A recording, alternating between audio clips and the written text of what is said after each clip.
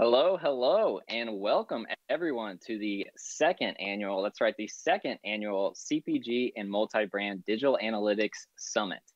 The InfoTrust team is absolutely thrilled to be back again this October after partnering up with Google on this venture in 2020. So very, very glad to be back. My name is Chase Howell, and I will be your MC for the day. I am the head of marketing at InfoTrust and coming to you from our office actually in Cincinnati, Ohio. I don't want to talk too much about InfoTrust, but we are a global end-to-end analytics and data governance consulting company that works with many of the world's most recognized CPG and multi-brand organizations, many of whom are in our audience today. So very happy to have our clients here. We are absolutely thrilled to have an all-star lineup of speakers for you today. If you could go to the next slide.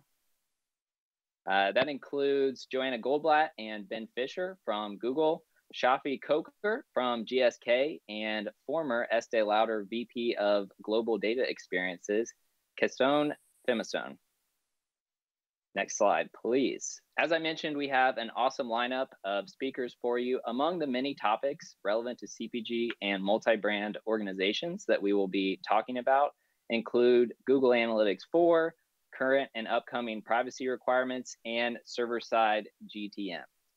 We will be sure to incorporate lots of breaks for you all in between these sessions. We know a virtual conference can sometimes make your brain a little fuzzy after a while, so we want to make sure you have time to step away from your computer, grab a coffee, grab a tea, get something to eat. So lots of breaks coming your way, so don't worry about stepping away while a session is going on.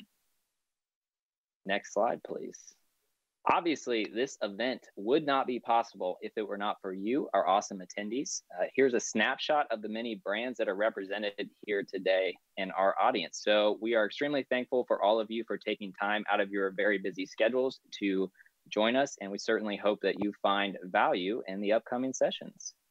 Before we get started, I did want to cover just a few housekeeping items. So we are giving away a copy of the Amazon best-selling book, Crawl, Walk, Run, to all attendees. To claim your copy, you will need to fill out a form that is in the YouTube live chat. So please click that link. This is also important that you fill this out because it will let us know that you are actually here and attentive. Remember, we are giving away a Peloton. That's right, a Peloton at the end of today's summit to one lucky attendee who has stayed with us through the entirety of the day. So please fill that out. We'll send out a couple of reminders through the first session, but super excited to give away a Peloton and books. Speaking of participation, please be active in the YouTube live chat. You saw the number of brands that are present today. Please continue to pick the brains of your fellow CPG and multi-brand colleagues. We want this to be as engaging as possible for a virtual summit. And we definitely will have a number of our own InfoTrust team members in the chat as well to answer your questions. And then finally, let's have fun. So I'm going to get right into it. For our keynote, I am very thrilled to welcome Joanna Goldblatt of Google. Joanna leads Google's data and technology team and works with organizations across the consumer, government, and entertainment industries. She is a 14-year veteran of the digital advertising space and helps make large teams adapt to new ways of operating.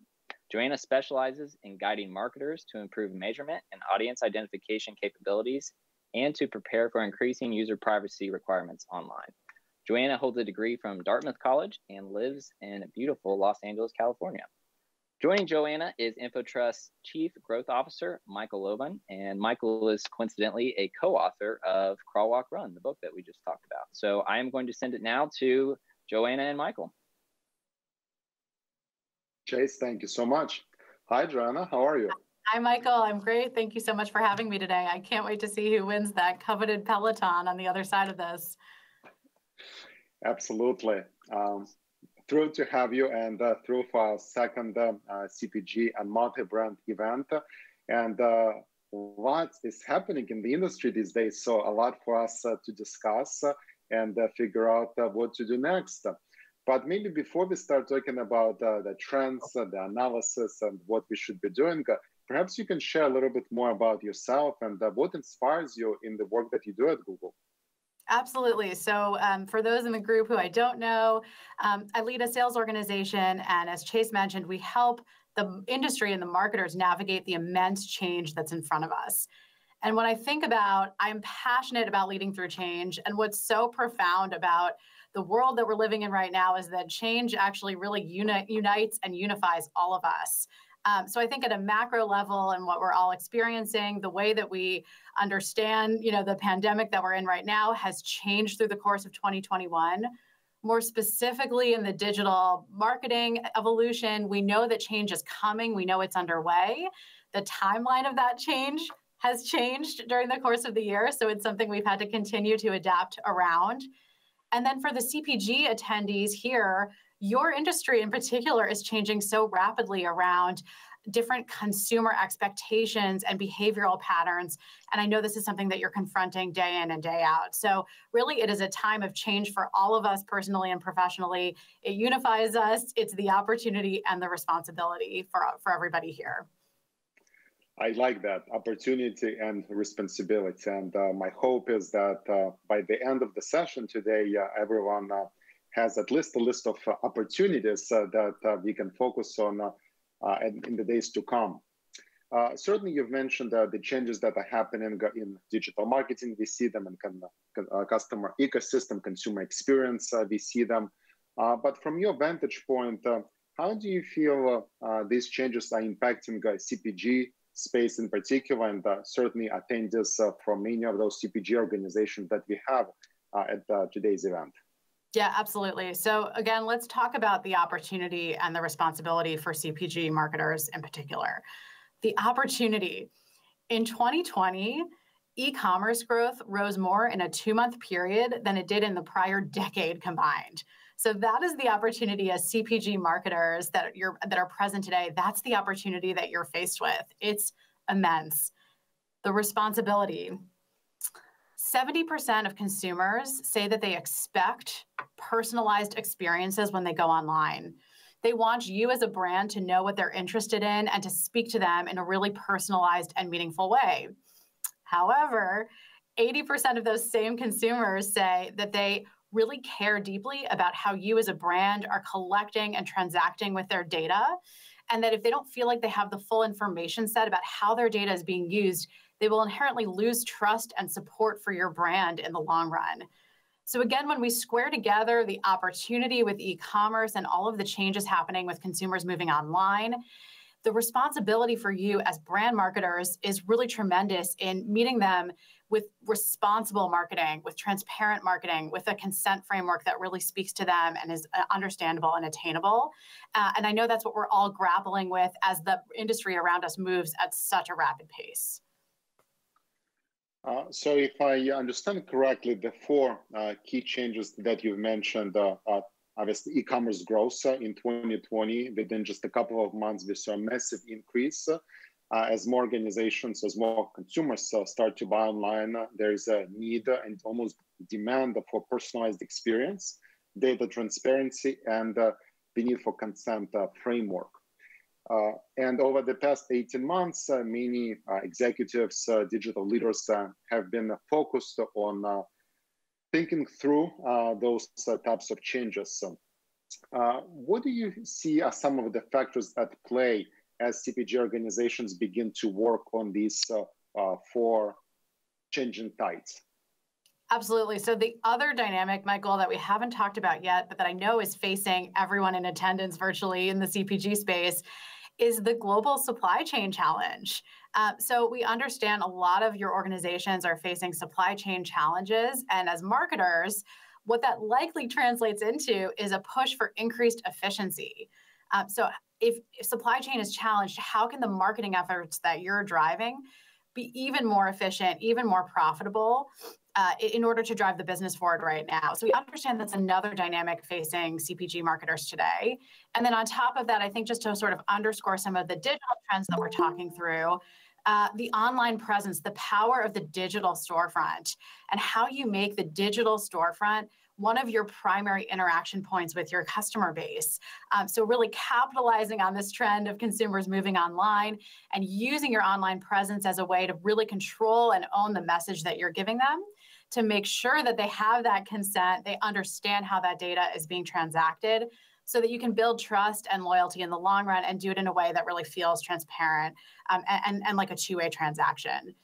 And then finally, the last dynamic as we think about this shift to the digital marketplace is actually what we're calling omni-channel. So as consumers are using the online interface to do research, to experiment trying on makeup perhaps, what they're ultimately doing still is sometimes shopping in store. We know that that means that you might have 5 or more touch points with a consumer along their journey that happen in different channel environments. And so the challenge as marketers is really continues to evolve to capture those consumers where they are, to understand the impact and the pathway that they're taking, and ultimately to connect the dots across that entire experience. So again, when we think about all of these dynamics together, the amount of change that your industries are facing are so tremendous. The pace with which this is happening is fairly unprecedented, and the opportunity is now to continue to capture all of this opportunity. And I love your point about the opportunity, right? Because it seems like, yes, there are some organizations maybe that have done a better job, but there's still so many opportunities where brands and enterprises can capitalize on. So maybe we can talk a little bit more about what can be done next. Right? What have you seen successful brands do well that we can learn from? So absolutely. I'm actually going to take a stab at answering this with a personal anecdote, since I don't know a lot of the folks in the crowd. So I am a 10-year sort of unnatural yogi. And so if anyone here in the group practices yoga, hopefully you can relate with to this. So I've played sports my whole life, and I'm inflexible. I'm often stressed out. It's hard to kind of turn down the noise sometimes at the end of the day. So again, an unnatural yogi. However, I've been practicing for 10 years. I love pushing myself in this capacity. And on a personal level, one of the most powerful moments that I experienced in my time practicing yoga was the first time I nailed the coveted headstand.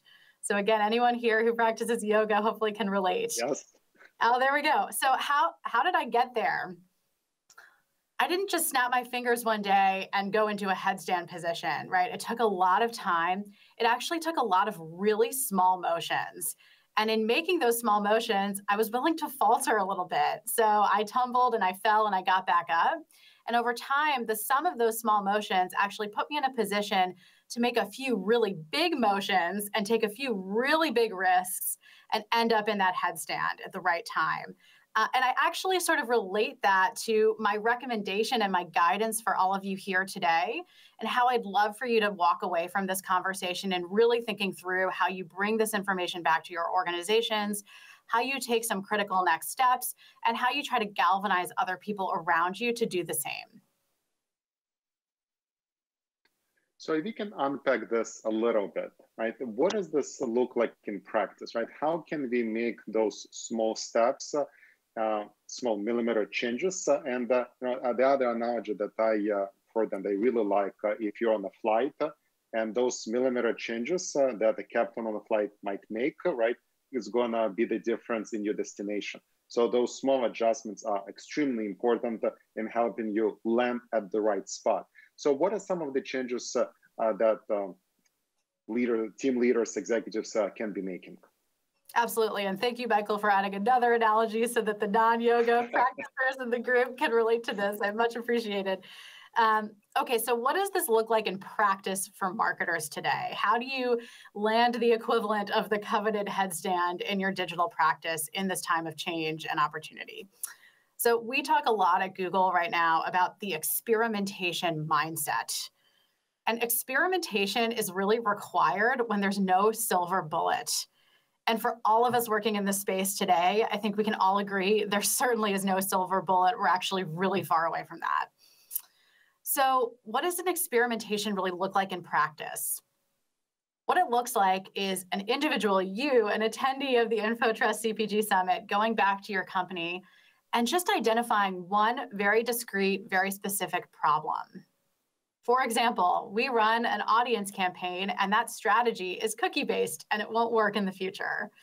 Or we have a measurement foundation that relies on third-party cookies, and therefore in the future, we're not going to be able to record all of the attribution of our advertising campaigns against our online sales, right? So those are really targeted, specific questions that you can, problems and questions that you can ask your organization. I then channel Adam Grant, whose work I love, and he uses a framework called thinking like a scientist. I think that's very applicable here. How can you approach a problem like the ones I just outlined with a very clear question? For example, what could we stand up that will work in the future? What is an audience strategy we could enable that will work in the future? What are the foundational gaps in our measurement strategy that would fix our ability to measure in the future and retain our ability to record all online sales transactions? I love this approach because with a really clear question and an open mind, and I hope and expect that everyone on this call has that, you can start to identify the solutions that actually might fix it. So over time, if you run a small scale experiment like some of the ones I just mentioned or other things that really feel applicable within your organization, the result is thousands, ideally, thousands of small and not so small experiments that in sum together really can generate some huge benefits. I love the idea of thinking like a scientist and having that experimentation mindset. And personally, when I work with at our own company and with our partners, our clients, this type of mindset really helps you frame. So, what is the outcome, right? What is it that we desire? Where do we want to land, if you will? And then, well, if we do not quite reach the goal, at the very least, we know, well, here is what happened, and perhaps why we did not get there. And a lot of times, a campaign or a marketing test possibly was successful, and then you're asking, so what do you think worked? And we don't know, right? Because, well, let's try this, let's do this, and we'll see what happens. Unless you really know what you're after and what you're going to measure or what the expectation is, right? It becomes then difficult to repeat that success. And that's ultimately what I think we want. Absolutely. And I think, it's important for everybody here to walk away with a taste of some of these experiments. I'm happy to throw out a few more that people can really sort of digest and process as you think about how you can bring this back to your organization and infuse it in your day-to-day operations in terms of standing up these small experiments. So I really encourage everyone who's here to think about some of these key considerations. For example, is the consumer really at the center of your strategy? So would you as a marketer feel comfortable giving your personal information to your company in the way it stands right now? If not, what are the improvements that you feel like you need to make in order to have that personal comfort level to really create that value exchange? I think if the answer is yes, you would give your personal information as it stands now, then you're on a really great pathway to having the consumer at the center of your strategy. And my question for you would be, what more do you do with it? What are the little experiments that you can lead and generate and run forward with that really help make use of that highly valuable, highly consented value exchange consumer information? The second question that I would really encourage everybody to walk away thinking about, in addition to if the consumer is truly at the center of your strategy, is whether you are thinking long-term and respecting the true opportunity that lies ahead. And I know this is really hard with quarterly goals and expectations that everybody also has. But as you're making day-to-day decisions, I encourage you to really check yourself. Are you planning just for today? Or is the focus in your work also in the spirit of creating sustainable solutions that set your business, your division, your team up for sustained long-term success? And if the answer is that all the decisions you make are in service of today, and they will actually fall apart in the long run, I think it's a really great time to think about the experiments you could run alongside the in-quarter goals you need to hit today that can help start to create a sustainable long-term pathway for your marketing organization to be successful. You have that responsibility to your team, to your organization, to your consumers to be thinking in the long term in addition to the short term. So if you have these kind of questions framed up, ideally then that can lead into some of these small experiments. And so just to give a few more examples, If you feel like that, you need to be a little bit closer to the consumer to get that value exchange that allows them to transparently give their information, their first-party data to you, what's a small-scale test that you can launch in one market, one division, that could really give you some answers? So, one example, you could tap into your consumer insights team. What can they share with you about what makes consumers in that market really connect with your brand, right? So what are some insights that can be brought forward to your marketing team from other groups within your organization that allow you to create marketing programs that really speak to that connection? Similarly, if you're deciding that you want to rely more on machine learning experimentation to supplement some audience targeting strategies that won't last in the future, what are the right outcomes that you need to measure that against that move your business forward, that allow for machine learning to be evaluated as a successful mechanism for the long-term sustainable marketing that you're driving? So those are just a few examples. I will always want to call out where I see this working so well in the CPG space. And Google recently published a thought leadership piece with the marketing team at Mondelez. Mondelez led their Empathy at Scale initiative, which is sort of the evolution of their personalization goal. But before they could do it, they actually realized they needed to re-architect their digital advertising infrastructure. They didn't have the ability to have the right naming conventions, hierarchy to really understand how their ads connected with their consumers. And so they took that small step first to then be able to launch the large program that allows them to continue their personalization journey in a way that's really durable and meaningful in the long run. So I encourage everybody to think about those types of experiments that you could run within your organization, your group, your division, your region, to start to work toward a similar place. As you were sharing this, I was taking notes just to make sure I don't miss anything. And for the audience, just to Joanna, make sure that I captured everything the right way, and the audience can hopefully leverage these takeaways. Is number one, almost thinking about, would you do this yourself, right? If there is a value exchange that you have set up on the website, if you come to this website as a consumer, would you fill out this form? Would you give access to your information? The next one is thinking long-term and sustainable. Yes, there are some metrics and some experiments that I presume would be short-term, and we would have short-term results, but we need to balance it with a long-term strategy and where we want to be within the next 3, 6, 9 months.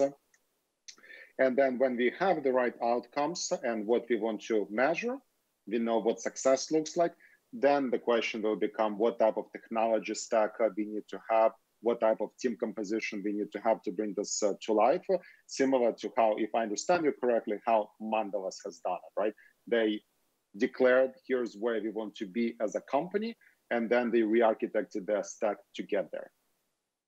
Absolutely. And as everybody on the call is sort of listening to this information, I imagine you're at different stages in all three of these categories. So as you walk away from this and think about what are the experiments that you can bring back to your teams, how far are you along in this journey, right? If you've fixed the user consent challenge and you feel like the information you're getting is valuable and transparent, what are you going to do with that information? How do you take that to populate your next campaign? And then what do you want to learn from that to understand the gaps and the next set of opportunities there to go out and capture more consented consumer information in the right places and the right channels?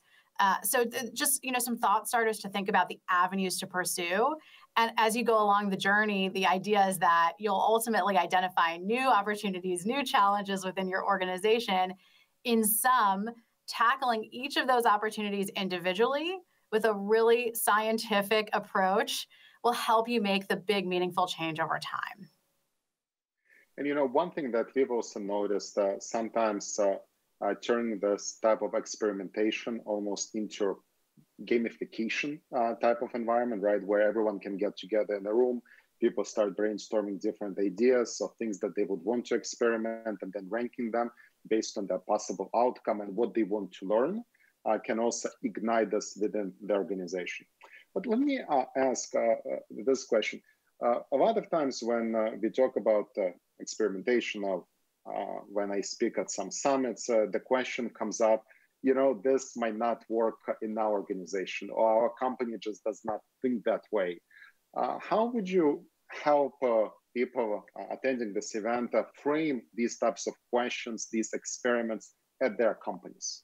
Yeah, so again, I want folks on this call to feel empowered to walk away, to run the smaller experiments, within your remit, within your control, that get you closer to this ideal standard of the consumer being at the center of all of this and of having a really viable long-term play. However, this is where we come back to the headstand analogy. So in order for me to land the headstand, I had to do a series of very small steps. I had to be willing to falter and fall, but I did need to make a few really large calculations in order to ultimately nail the pose. And that's where you do need to challenge the status quo of the organization. And if the organization will not accept some of these, what I call truths and hard truths, it's time to really take a step back and understand how far the organization wants to move and adapt to get to the future and to get to a consumer-centric strategy. So what are the areas where we really need to be asking those questions to identify the truths and the hard truths? The consumer at the center of the strategy. Do you have a people-first marketing strategy? What's the truth? So the truth is that, as we've been talking about, consumers really want transparency, and they want control, and they want choice when it comes to privacy and how their information is consented. But the hard truth that your organization needs to be asking is that anything that does not respect those terms will not be sustainable. In other words, if your organization cannot respond to those consumer demands, over time, you will lose those consumers to other brands that meet them where they want to be met. That is the hard truth. And if your organization isn't accepting of that and building strategies and plans to get there, these are the right questions to really be asking over the long run. When we think about building the long-term sustainable strategy that not only helps you hit quarterly goals, but really helps you build a business for the future, the truth is that we're not just rebuilding technology policy with cookie deprecation and regulatory changes. We are reshaping, re-engineering how an entire ecosystem operates. And that is the challenge that we all work through. But the hard truth here that I encourage everybody to think about through the rest of the day is that the ecosystem that we all work in has run on a cookie economy since 1995, and it's time for a change. It has to be reinvented. It has been reinvented. It will be reinvented. We are living in this. And you don't progress if you're just trying to replicate the past. You progress if you understand where the dynamics in the market are moving, and you think faster and more strategically to get there than your competitors. And then finally, the third area where I encourage you, go back to your organization, and if you don't see them asking these questions, challenge it, bring it forward, make sure people are thinking and talking this way. Creating a culture where it's okay to fail. So again, to go back to the headstand analogy, I had to fall a bunch of times in order to get there. Your organization will too. Is that okay? Is that permitted? Is there space for it? On the other side of a failure, is there a learning? And what's the process for people to acknowledge that the learning is really valuable too? That's the truth. People need to get comfortable with innovation, experimentation, and failure. And if that's not happening today, that's a great question to be raising internally. But the hard truth that if your organization is afraid of failure and can't innovate because of that fear, you will be caught flat-footed in a year or so time when cookie deprecation happens and the industry has fully turned on its side and everything needs to be re-engineered. So I encourage you to ask yourself as you step away from this conversation, is your organization really ready for this? If you go and you run the small experiments that are within your domain to answer really targeted and precise questions with the goal of the value of those things incrementing over time, organizationally and culturally, is the team around you ready to move forward? And if they're not, those are the hard truths to bring back to them. And if they are, then we look forward to learning from you, to seeing how you set the pace. We hope to feature you in a case study in this session in a year. We're here to partner with you as you go forth. And a lot of times I think when people mention, well, it's not okay to fail in our organization. Well, if it's not okay to fail, is it okay to learn, right? Because I don't know how you can do one without the other. So we have to be mindful that, I mean, really, what is failure? Failure is we did not reach the desired outcome, but if our desired outcome is to learn something new about our consumer, if our desired outcome is to understand how would consumer respond to this type of messaging versus this type of messaging, it's not failure, right? It's all about learning, and it's all about even taking a step further. It's all about our understanding, right? All we want to do is have a series of experiments and tests where we can be better at understanding what our consumers are asking for, so we can actually meet them where they want to be met. And I remember years ago, I was reading a book about Jeff Bezos, where he famously would have a cutout of a consumer in the boardroom to represent the voice of the customer. And interestingly enough, not too long ago, I was chatting with another chief digital officer at an organization, and he was mentioning that now when they talk about site experimentation, or when they talk about changes that they have, their question is, well, what would this consumer do, or how would this consumer possibly react to this? So always to be very mindful of that. What are we doing this for? Seems like a message that should resonate with people working on this.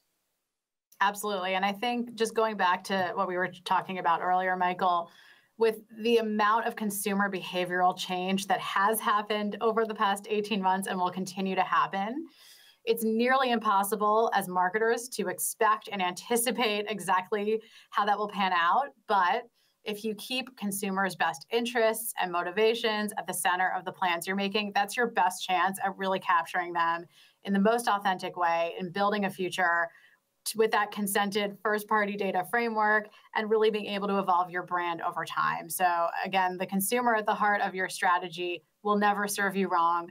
Thinking for the long term will create the trailblazers and the innovators in this space, and we're so excited to see what you do there. And as enterprises are beginning to roll this out and work on this, from your standpoint, what role do partners like InfoTrust play in helping organizations navigate these challenges and, most importantly, opportunities? So absolutely. So if we think back to some of the CPG trends that we discussed, global supply shortage right now is really pushing for all of the marketing organizations that we partner with for efficiencies. So when I think about the role of InfoTrust, I think of InfoTrust as expert in having vast industry knowledge and being able to deploy that at a much faster pace with greater precision for the benefit of the organization to learn and iterate from at a greater velocity. And what better time than a time when you're pushed for profitability than to bring in an expert to learn from quickly, right, to be able to innovate and iterate from the work that InfoTrust can bring in the right ways for your organization. The time is now. So we think the role of partners is so tremendous to scale, to move fast, to sort of learn and create a bridge for the industry back to the specifics of your organization. And, you know, I obviously can't say enough great things about the partnership between Google and InfoTrust. So thank you for that. Absolutely. Thank you. And I think one of the things that continues to resonate with me is really having a consumer-centric mentality, right? And many organizations say that, but equally, it seems like many organizations might say it or hear this, but not knowing what does it really mean. Is it possible to maybe break this down? Like when we are thinking about consumer centricity, what are the 2 or 3 things that organizations can really do to be in a place where they're consumer centric? So I think the first thing is transparency. So for any goal that you as an organization have in understanding your consumer behavior, your consumer database, check yourself if your consumers feel like they want to give that information to you and know that you have it, right?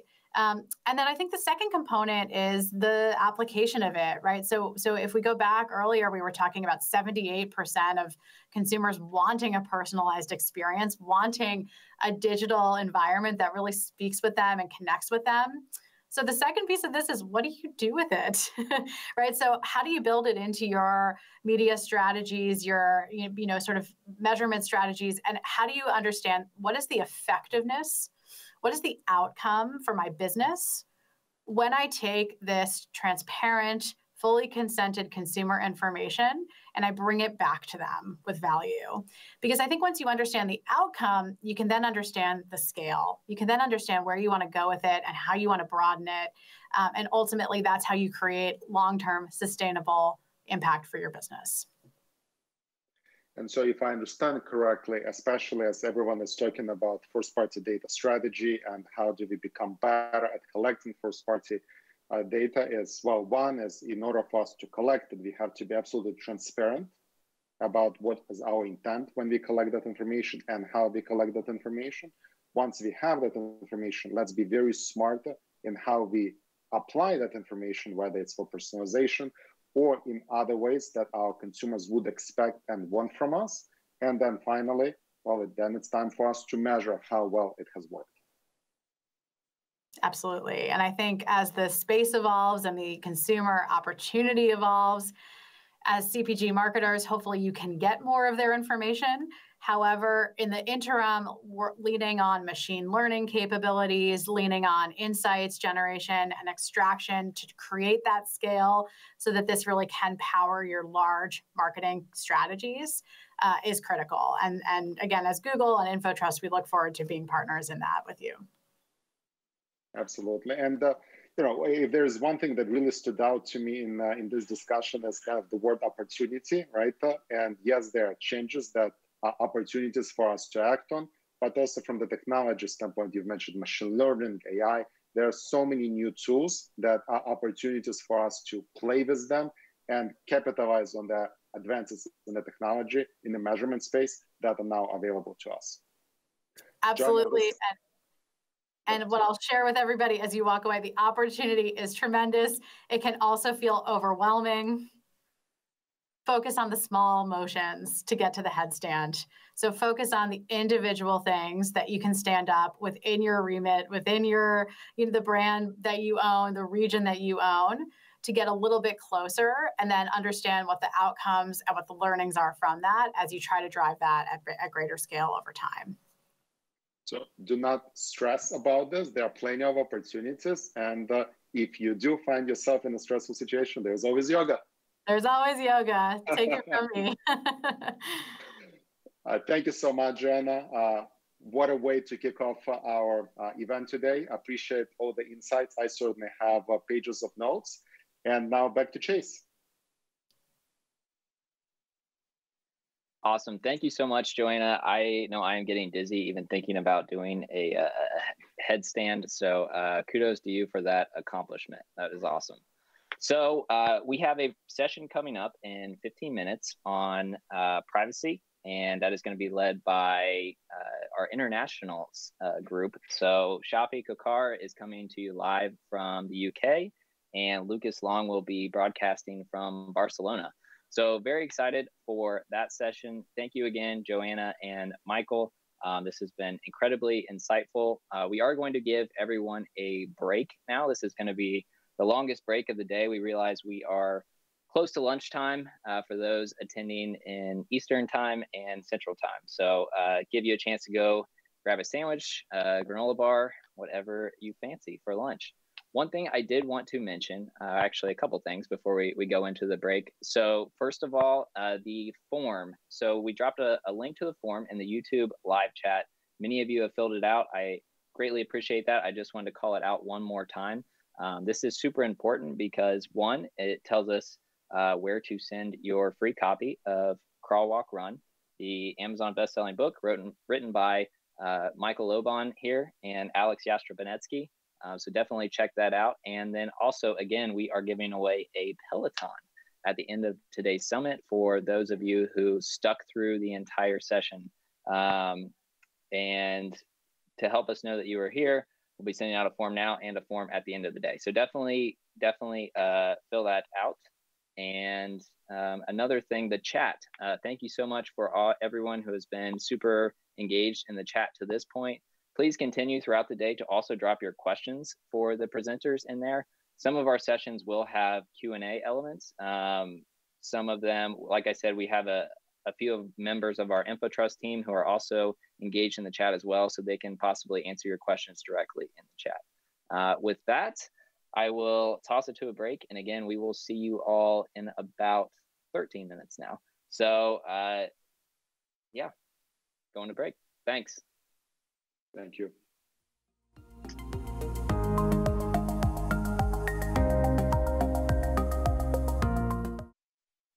Welcome back, everyone. Hopefully you were able to grab lunch, grab a snack. We're going to dive right into our next session. So I'd like to welcome Shaafi Khokhar, coming to us all the way from the United Kingdom. Shaafi is the Global Director of Media, Technology, and Consumer Engagement at GlaxoSmithKline, and he has been with GSK for the past 3.5 years. Shaafi is joined by our very own Lucas Long. Lucas is a tag governance specialist and product manager of Tag Inspector, and they are going to discuss how consumer privacy requirements are shaking up CPG digital marketing. With that, take it away, Shaafi and Lucas. Thank you very much, Chase, and thank you, Shaafi, for joining me today for this discussion. I think whenever we're talking about these various different privacy requirements and what these changes are, some of the impacts, how we could mitigate them, it's best to start just thinking about the changes that are coming. So on this first slide, we'll kind of introduce the primary changes. The first one being consumer expectations. Without consumer expectations changing, no regulatory changes happen, no technical restrictions are really put in place. So we'll talk a little bit about those and then how that's shaking out. Number two are the regulatory changes that really flow from those consumer expectations. Lawmakers take notice. We're starting to see more laws such as GDPR in the EU and then patchwork privacy in the US, with California, now Virginia, and Colorado all passing their own pieces of legislation. Even China getting into the mix with their new privacy laws set to go into effect at the end of this week, actually. And then third, as far as these changes go, we're all dealing with a lot of technical restrictions. So the deprecation of third-party cookies across all browsers by the end of 2023, according to Google's most recent updated timeline, as well as what we're already seeing within Safari, within Mozilla, and within Firefox for some of those restrictions on first-party cookies, as well as the effective deprecation of third-party cookies already.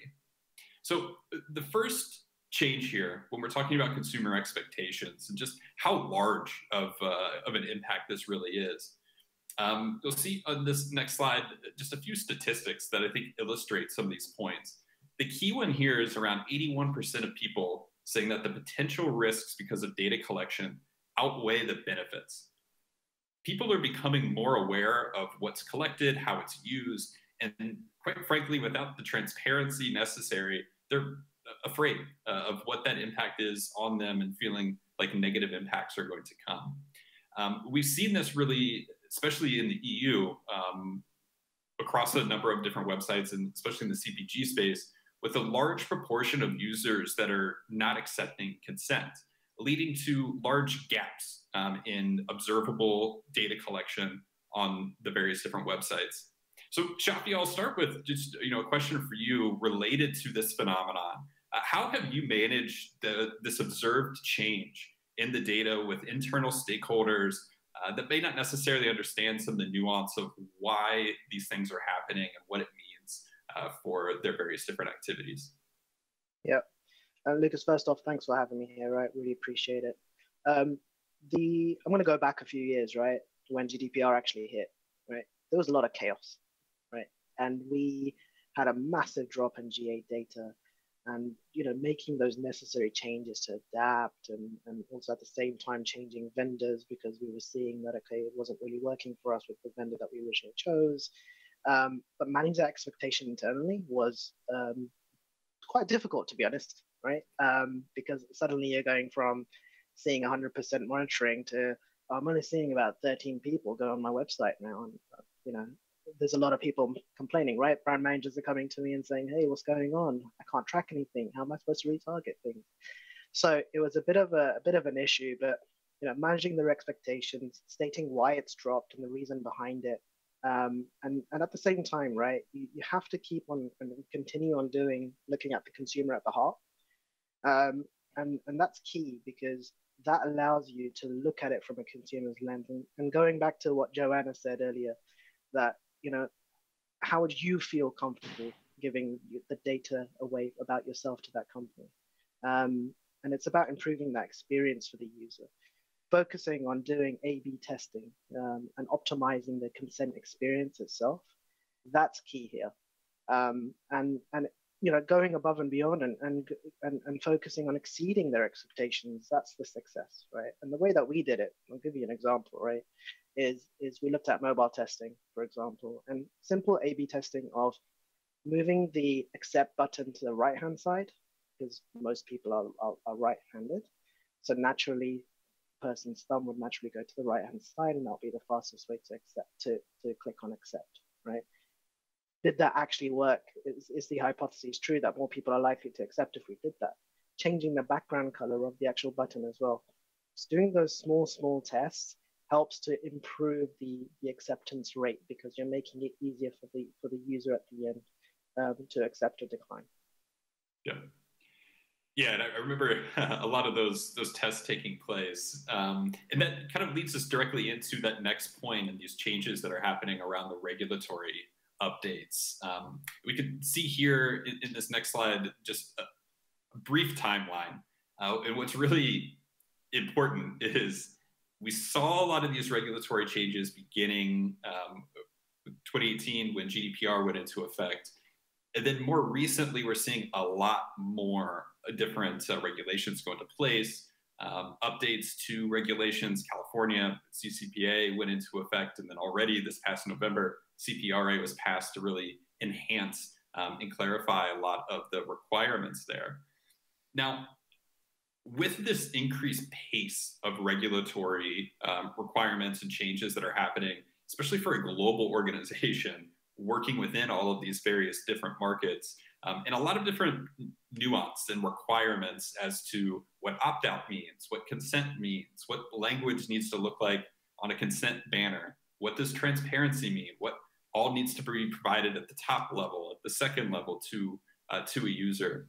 With the varying nature of these global regulations, what are some of the core things that you're really looking for and asking of the different marketing and advertising technology platforms that you're using within the organization, just to ensure compliance and to ensure that the users' wishes are being respected as expected?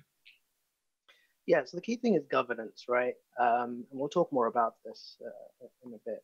But it's about looking at any additional calls being made, i.e. piggybacking, that's associated with any of the platforms that we use.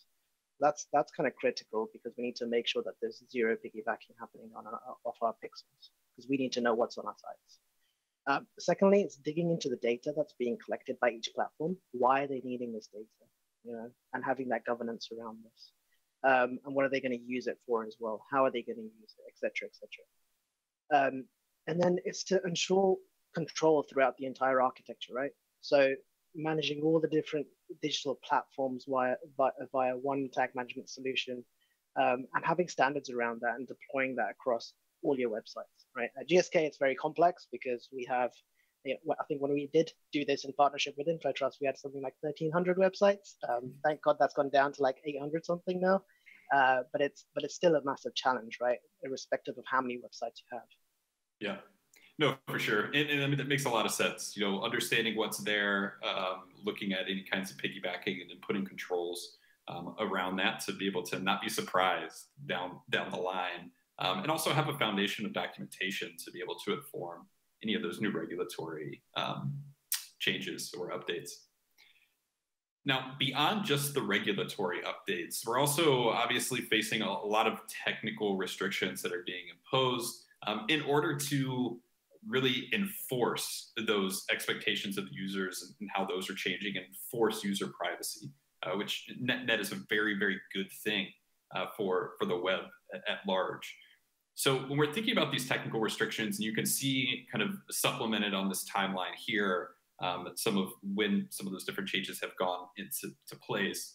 But the key implications here being that effectively third-party cookies, which are those, the IDs contained within them, are used to join those data sets. So impacts on targeting, on measurement, and then duration restrictions on first-party cookies.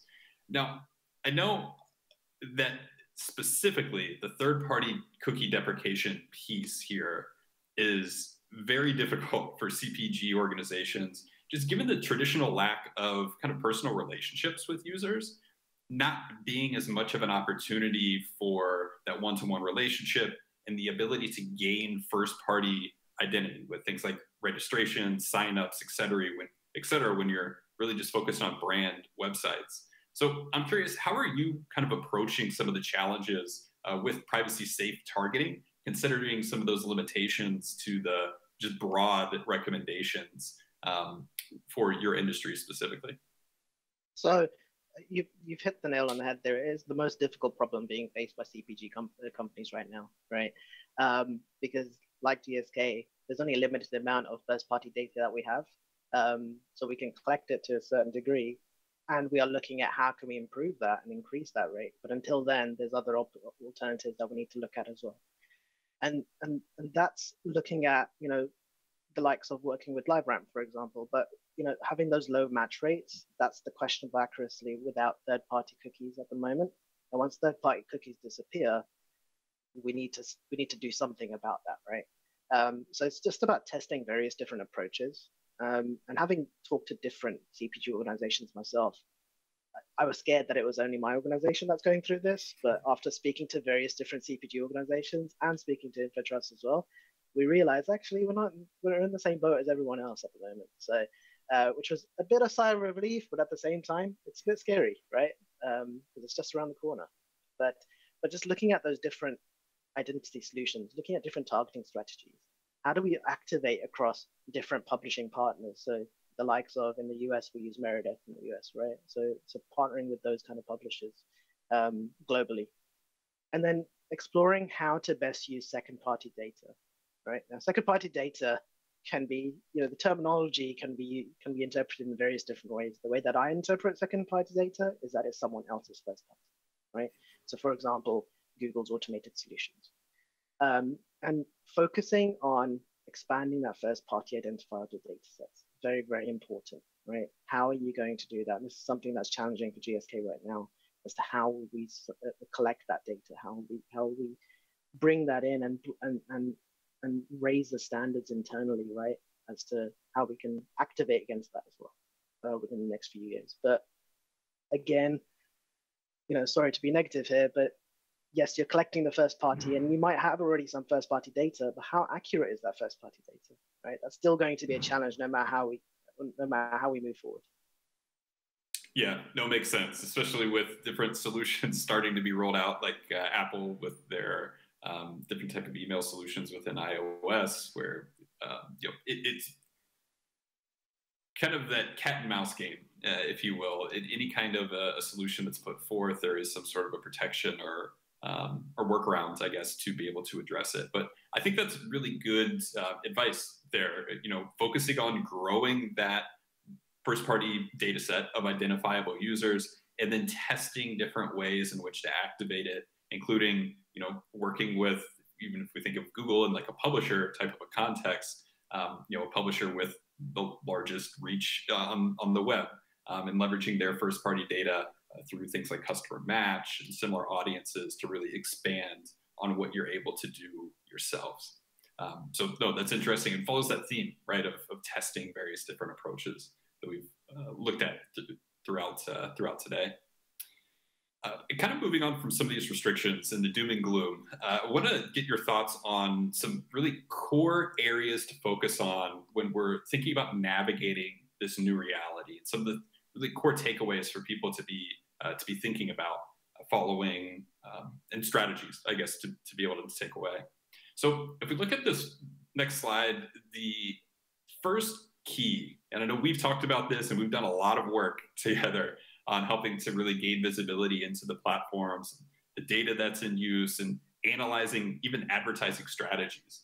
Joanna mentioned it before, but having that clear-eyed look at what strategies are reliant on technologies that are going away, what aspects of our measurement architecture are reliant on data that we might not have access to in the future due to some of those different regulatory requirements.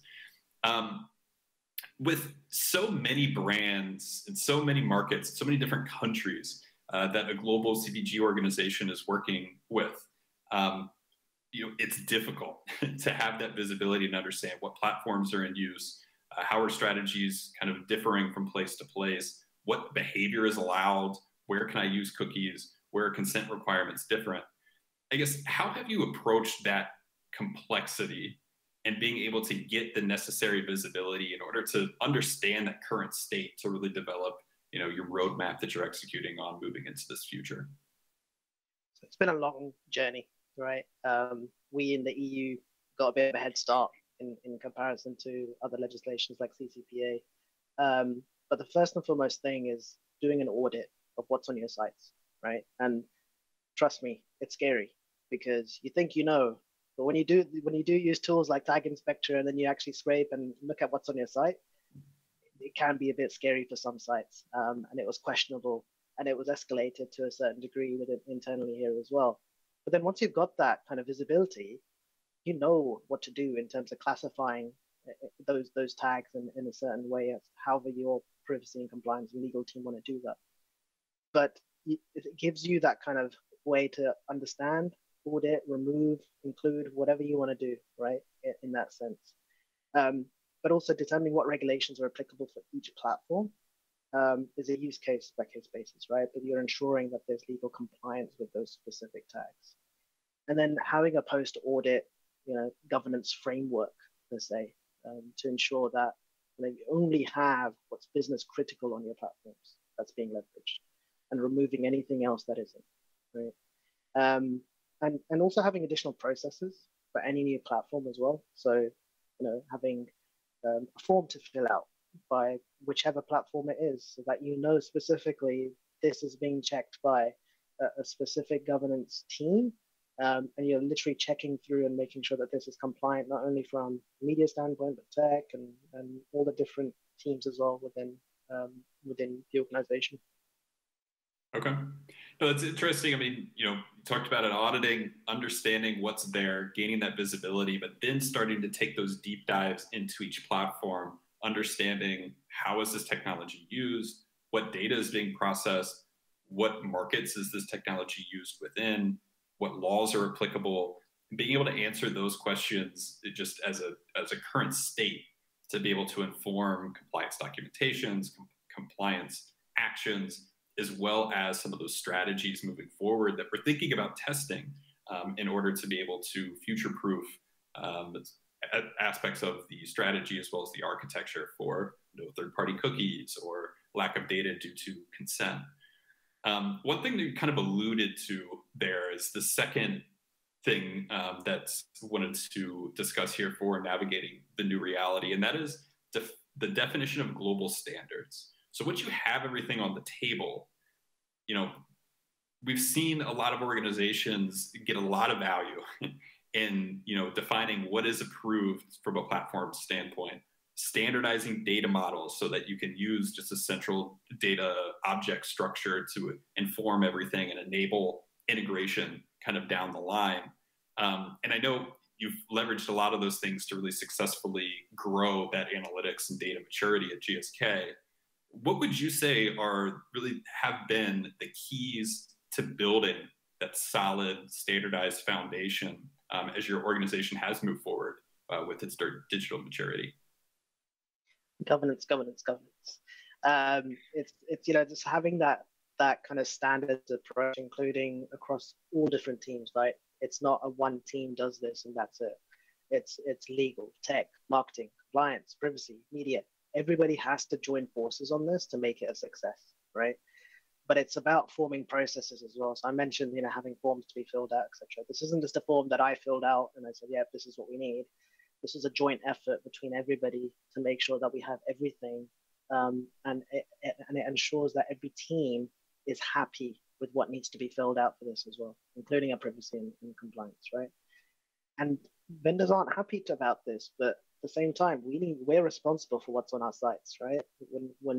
If you're ever fined, hopefully we'll never get fined, but if you are ever fined because you're not making the consumers' lives easier, it's going to be your problem as a CPG. So that's where it's so important to be working closely with all these different teams internally, having that documentation for a platform to be approved and implemented. Look at specific use cases around data collected. So, I'm not going to name the vendor, but internally right now, we're looking at some vendors where how are they collecting the data? What are they going to do with it? How are they going to process it? Who's responsible for this, right? If something goes wrong, et cetera, et cetera. Those things need to be discussed internally as well as with the partners themselves. And again, just ongoing monitoring of those tags and making sure that we're using Tag Inspector on a monthly basis across our entire portfolio to make sure that nothing has dropped or been added that we haven't been approved of, right? So having that kind of safe and block list is vital for the success of this. And lastly, it's consistency, right? So having that global data structure is very, very important. So what we've done is, just using Google Analytics, for example, we've rolled out something called Brilliant Basics. And what this is just, we've called it Brilliant Basics, but it's just a standardization of all the data definitions and tracking requirements across all the digital properties so that everyone knows what they're looking for and how to compare, no matter what brand they're looking at. So it's that consistency. And that enables us to have integrations as well as with global comparisons, et cetera. And it just makes life a lot easier, right, to manage from a tech standpoint, but also if you're using Google Analytics itself as well, it just makes it really easy to digest that information. So it's having those basics, I would say, really helps with the process. It makes a lot of sense. And that's, where those global standards, come in. Now, I want to follow up on one point there. You had mentioned about kind of like a governance team, right? And all the teams working in the same direction, which I think is extremely important, especially for marketers and advertising folks to remember, is that legal is not your enemy. Your competition is your enemy, right? So everyone is, focused on the same goals at the end of the day. And it's working within these new requirements and putting forth, doing, as Joanna had mentioned before, what would I be comfortable with? And making sure that you are following along those guidelines and you are following along the rules of the game as outlined by those different regulations. But for the team, as you're working with it, Shaafi, do you have kind of a centralized global governance team that's with representatives from different parts of the business to define some of these standards and make sure everything is kind of up to snuff, or how does that work? Yeah, I mean, we've got the team built. So what we've done is we've kind of Frankenstein model, brought everyone in, and just said, look, this is how we need to be working forward. And we've made this tagging governance team basically, which includes marketing, media, legal, compliance, you name it, basically you're there, right? Tech, just to align on making sure that we have the right things, right, on our websites. Yeah. No, it makes sense. And it's something that I've seen be very, very effective as well across organizations, getting everyone, all the necessary stakeholders in one place and kind of regular connects in order to be able to, define these standards, understand what are we testing, what does success look like, what needs to change, and making sure all voices are heard when really defining those strategies moving forward. And that leads directly into the final point, and I know it's been brought up already, and it will be brought up more, but really that third key to navigating the new reality is that culture of testing. We can't really underscore enough that a lot is going to be changing over the next 18 months. If we really think about the end of 2023 as that really day of reckoning as it pertains to privacy, and focusing on how technologies are changing. Google and the Chrome team is still working on the privacy sandbox. So who knows what Fledge will look like for retargeting, potentially, at least for users within the Chrome browser. Who knows what targeting to cohorts maybe look like. Well, I guess in addition to that, also what ways of different measurement and how to measure the effectiveness of different strategies as you're running these tests, and also to measure the effectiveness of strategies in the future post third-party cookies. But as you're moving into this new environment with all the uncertainty around what parameters you'll be working with, what the technology will be able to do, how are you really thinking about testing specifically, trying different vendors as well as strategies as they emerge? I was going to say, what's Flock and Fledge again? So look, every vendor that I speak to on a weekly basis is selling me their cookieless solution, right? Everyone's got one. And it's tough because you're spoiled for choice in a way as well, right? As to, right, who do I use? What do I test with, etc. But you need to make sure that getting through that marketing messaging of a true approach is key here, right? That said, again, coming to your point, there needs to be a willingness to try, right? The only way you're going to do this is by experimentation, right? No one's got the answer right now. We're all trying to figure it out together. But we need to support one another. That's the thing, is that we're entering a world which is completely different now. We've never been there before, right? So we need to work together on this. And that's where I'm working with other CPG vendors as well, just to try and find out, like, how are they taking? What are they doing? What approach are they taking? Am I the only one? And I referred to this earlier, that we're all in the same boat together, but we can move forward together by sharing what we're going through. That's the only way you're going to find out is what's working and what's not working, is by testing, right? But then testing by market as well. So do it live, to within certain markets versus others. It's just dependent on the results of what you're going to get, and you're going to get different results in different markets. So that's why it's key to be testing as well. It's natural to roll out to the largest market, right? Just say, yeah, they've got the most money. Let's just test it there. But it's the main thing here is about adoption and full adoption of this, right, globally. And there's also a key thing, which, like I said, so many vendors coming. So there's no one-stop shop vendor out there that's just gonna, sort all your problems out. Unfortunately, you're gonna have to test a few, and there's gonna be ones which are gonna work in one market versus another, right? So you're gonna have to look at those different vendors and different approaches, and see, what needs to be leveraged.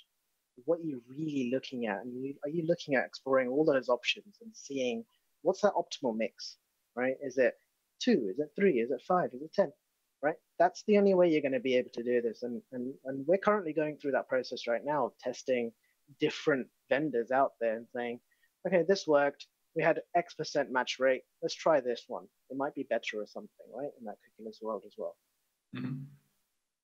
No, it makes sense. I mean, testing both, as you mentioned, vendors as well as various different strategies, and then focusing on different ways of measuring that effectiveness that aren't reliant on the traditional kind of third-party cookie methods. So testing within a particular market, looking at incrementality for results and revenue, as well as even margins within that particular market, in order to be able to test the effectiveness of potentially a combination of different vendors and different strategies that are being used there.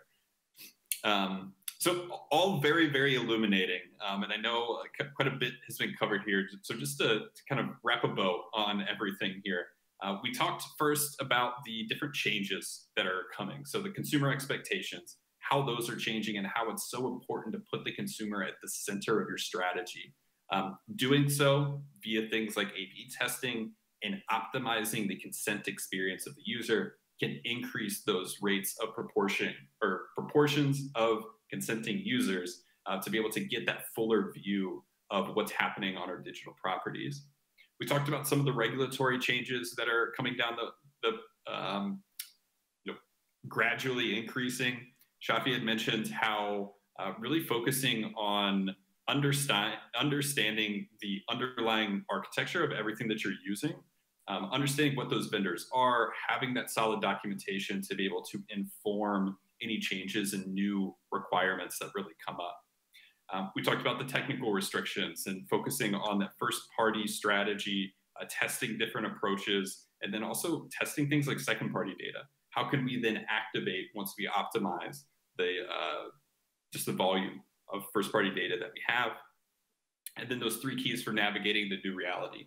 Understanding where you are now, so you can create that roadmap, defining those global standards, doing that across the organization, having representatives from various different stakeholders and teams, and then instilling that culture of testing. So yeah, Shaafi, thank you very much for kind of sharing some of these insights and some of these strategies as you're thinking about them. Very valuable, I know, for me, as well as for everyone else. And with that, we can kick it back to Chase. It's a pleasure, thanks. Shaafi, Lucas, thank you so much. That was an incredibly insightful session, and I think really resonates as well with a summit that we held back in June, a durability summit focused on privacy-centric marketing. The keynote for that event was Sean Downey from Google, and a quote that we actually have printed on t-shirts now is performance is not at odds with privacy. And I think that fits very well with what you were talking about. We are going to jump into another 5-minute break. So everyone, again, please go refill your coffees, teas, your beverage of choice, and we will be back at 1:30 to talk GA4. So exciting stuff.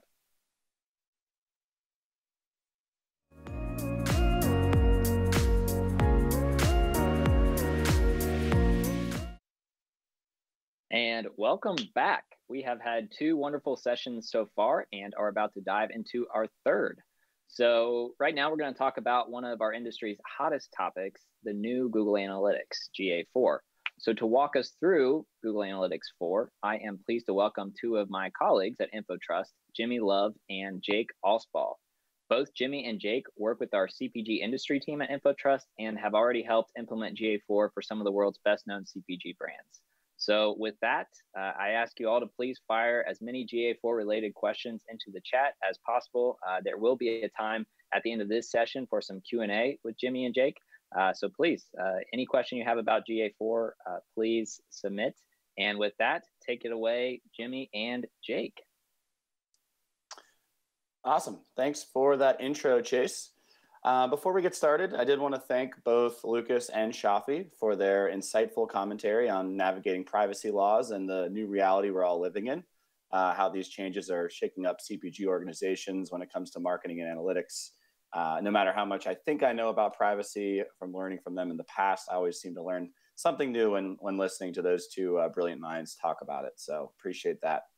But now we're moving on to a different but very related topic of digital analytics. So I'd like to introduce myself, Jimmy Love, and my colleague Jake Allspaw will be taking over for me shortly, both members of our CPG industry team here at InfoTrust. Next slide. In today's presentation, very excited to discuss Google Analytics 4 and what CPG organizations need to know about it. So first, what is GA4? Well, it's the next iteration of Google Analytics. So you can think of the ubiquitous universal analytics that we all know and love as essentially being GA3. If you're familiar with Firebase for mobile apps, GA4 combines the best of both worlds from universal analytics and Firebase. At initial launch, GA4 was actually called App Plus Web due to how brilliantly a GA4 property can combine data from multiple streams. But it truly is the next evolution of Google Analytics, whether you plan to use it on your organization's websites, applications, or as a combined data source for both. Right now, GA4 has not reached full parity with Universal Analytics yet, full feature parity, I should say. But it introduces new and improved features, some of which I'll be discussing today, and others that are still on the roadmap for the rest of the year and will continue to roll out in the first half of 2022. Next slide. In a much more visual manner, I do like this slide because it showcases how GA4 really is the best of both worlds when it comes to the features that, as I mentioned earlier, we know and love from Universal Analytics, but it steals the enormously successful events and parameters model that powers Firebase for mobile apps. Next slide. Most advanced analysts have some pain points with universal analytics, and Google seems to have addressed a lot of those headaches while planning and rolling out GA4. First, you may have had your apps and websites collecting data in separate platforms, as I mentioned, such as Universal Analytics and Firebase. GA4 actually resolves that with its unified event data collection model. Or perhaps some frustration with an excessively long ETL, extract, transform, load, for activating data and audience targeting.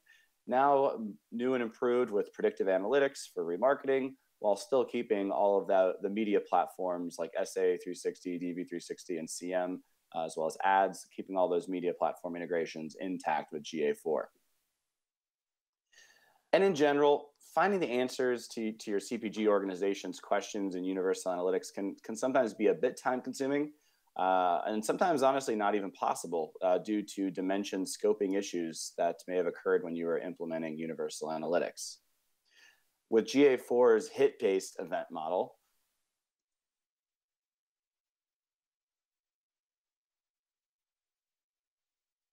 sorry, I lost track. With GA4's hit-based event model, custom reporting tends to be much more flexible.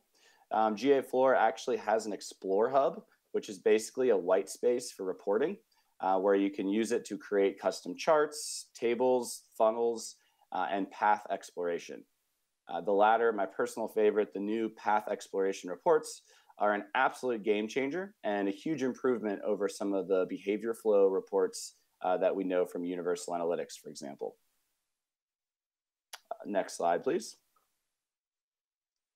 And just to quickly showcase how big of a difference an event-based model can make in simplifying reporting, many of the common data points we know so well from Universal Analytics have actually all been replaced with an event.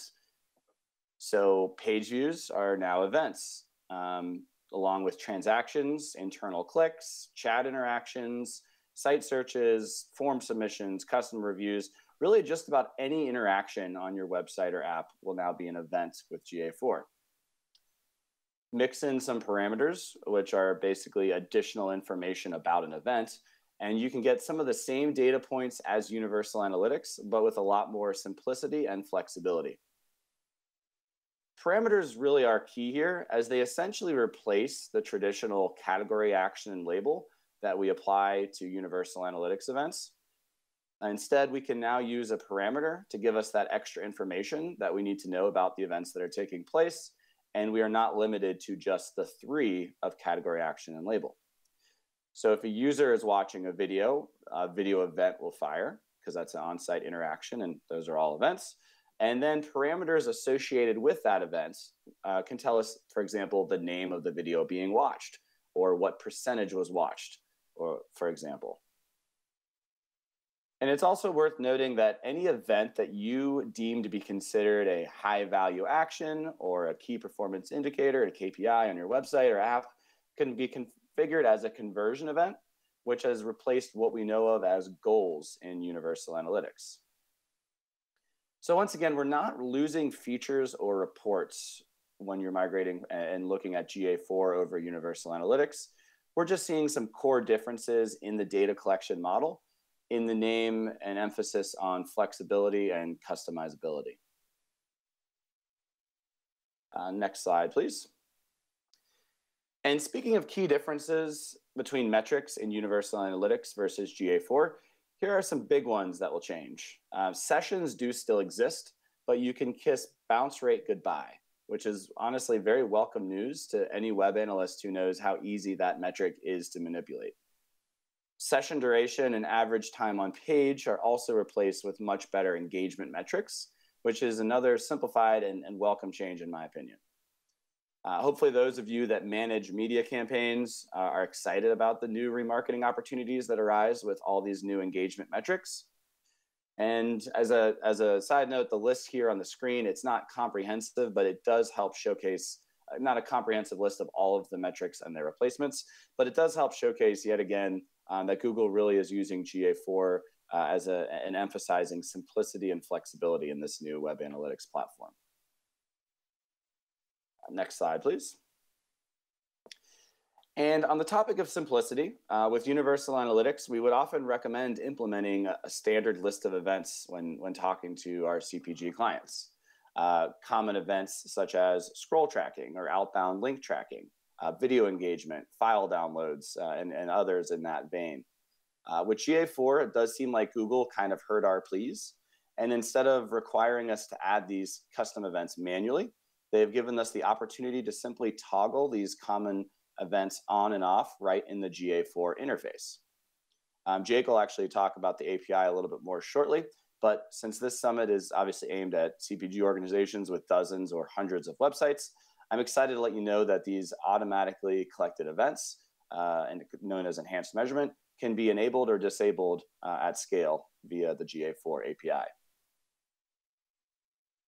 Next slide, please. There are 4 key benefits when discussing GA4 properties, some of which obviously we've already touched on already: scalability, durability, machine learning technology, and of course, how all of these should drive a positive impact on your business. Next slide, please. But specifically for CPG organizations, GA4 will still have many of the same benefits of Universal Analytics as far as a robust API. You'll still be able to use user groups in your Google marketing platform and other automation and programmatic capabilities that allow us to roll out changes or updates at scale to your large organization.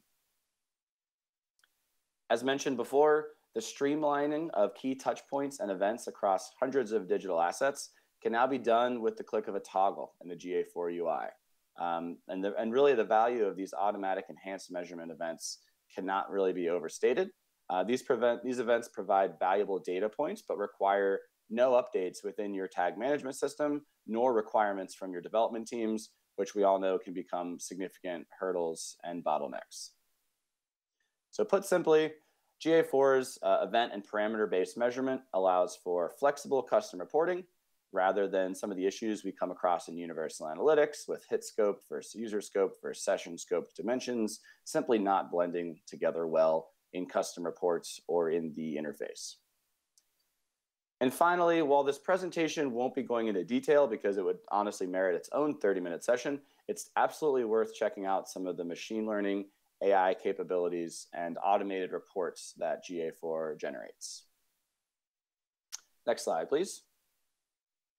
So what should you do right now? First and foremost, I would suggest taking an inventory of your current Universal Analytics events, custom dimensions, custom metrics, and goals, and begin translating them into the GA4 framework.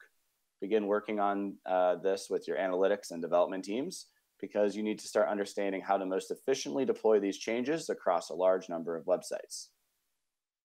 Then, and perhaps most importantly, be sure to dual tag your website right away with GA4 so that you can at least begin to collect that basic page view and enhanced measurement data immediately. And finally, I would recommend familiarizing yourself with the GA4 interface and consider some hands-on training. For me, at least, the best way to learn a new platform is to get in there, play around with it, check out the new Exploration Hub, rather than learning from screenshots or training presentations. Next slide, please. And by preparing now, your CPG organization will be rewarded later. So perhaps utilizing machine learning and an artificial intelligence can give you an edge over your competition that's likely not using it yet. Events, parameters, and conversion events can now all be configured today in your GA4 properties. So I mentioned we're not quite at full feature parity, but many of those are integrations and other low-level features. But the core of GA4 is ready to go today with events, parameters, and conversion events. You can even actually use your existing Universal Analytics data layer to capture some of those valuable data points. So don't think you need to get your development team involved right away. And before I wrap up, I do want to mention a few key concerns that we've been hearing from organizations. I'm not currently monitoring chat, but they could very well be in there right now. And that is, first and foremost, you will not experience any data loss in your Universal Analytics properties by rolling out that GA4 and doing what we describe as dual tagging. The two will live side by side as completely different tags, completely separate platforms that won't impact data collection in one or the other. And secondly, Google will not double charge enterprises using the 360 version of both Universal Analytics and GA4. So another key question we've often been getting that I wanted to try to get in front of for you all. And finally, arguably the most important part of preparing for GA4 now and getting that GA4 tag set up so you have dual tagging is to begin collecting some of that sweet month over month and year over year data for future analysis when GA4 becomes your organization's web analytics platform of truth, likely sometime next year in 2022. Next slide, please. And with that, I'll actually be handing it over to my colleague, Jake Allspaw, for information on GA4 architecture opportunities very relevant to CPG organizations. Thank you, Jimmy. So with our mindset on preparing for Google Analytics 4, let's take a look at what opportunities it presents in terms of account architecture. For larger organizations, this is a crucial piece of your analytics implementation. Now, I know the shift to new technologies and systems such as GA4 can be overwhelming just on its own. So overhauling your account setup may be the last thing on your mind. But this shift does present an opportunity to re-examine your account architecture and make any necessary changes. So let's see how we can take advantage of that opportunity. So as you're planning, it might be helpful to ask yourself a few questions. First, do I like my current Universal Analytics architecture? Is it working for us or against us? Are the right people able to access the right data and reports that they need for their job and do so in a timely manner? Do new team members know exactly what each property represents? Next, consider limits. Will we hit property limits in our GA accounts if we're adding GA4 properties to existing accounts?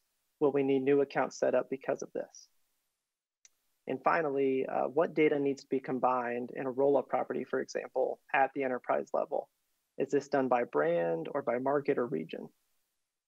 Having answers or at least general direction for these questions will be crucial.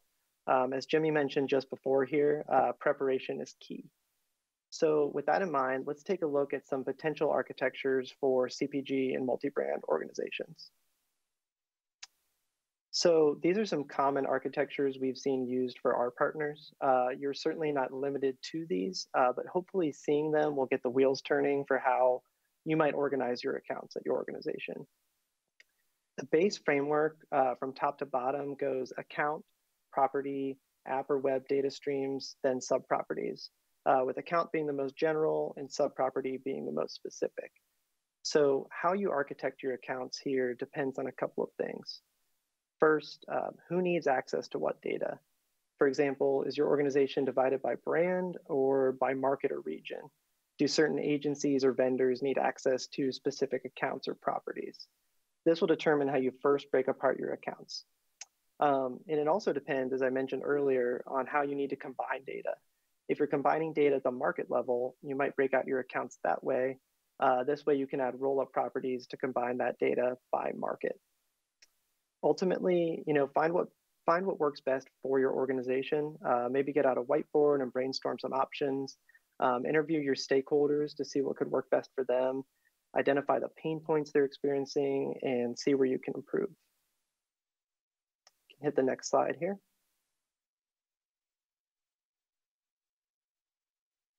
So as you're planning, rest assured that there is flexibility. The good news is that none of this is set in stone once you decide. So if you change your mind about your architecture or realize something's just not working as intended, you can migrate your properties between accounts as well as rename them as needed. So here we'd encourage you to simply choose the best option. Don't let perfect get in the way of good. Do a rollout test of GA4 on a couple of accounts and see what you can learn from those tests. Check in with your stakeholders and see how it's working, and then you can iterate accordingly. And to Joanna's point at the beginning of the summit, where she quoted Adam Grant, think like a scientist. Run small scale experiments on a single market and see what you can learn about your architecture from there, and then scale it up. And in terms of flexibility, this last piece is less common, but if you need a separate roll-up type property that spans multiple GA accounts, you can always add a second GA4 property to those sites. For upgraded enterprise accounts, this will have hit and cost implications, but it could be an option if you need to break away from your standardized architecture. And for organizations that aren't using the enterprise version of GA4, this second tag could be a method for getting data like rolled up by brand or market for multiple sites. So all that to say, there is flexibility and use that to your advantage as you're planning. You can hit the next one here. So some even better news beyond the flexibility. For larger organizations that have dozens or even hundreds of websites, as Jimmy mentioned earlier, GA4 properties can be configured programmatically using the API. And this would include your app and web data streams, the enhanced measurement features, and the configuration tags and triggers in Google Tag Manager. It's worth mentioning that not every feature could be automated, but at minimum, you can have your properties configured and deployed across your sites. Once you have your architecture established, your GA4 rollout could be done very quickly. With the right team of engineers, GA4 properties and tags could be rolled out in a matter of hours or just a few days. We had one partner who was able to do this across 600 sites in various markets in just a couple of days. So a ton is made possible with the API. So to wrap things up on GA4, here's what we'd like you to take away if it's just a few things.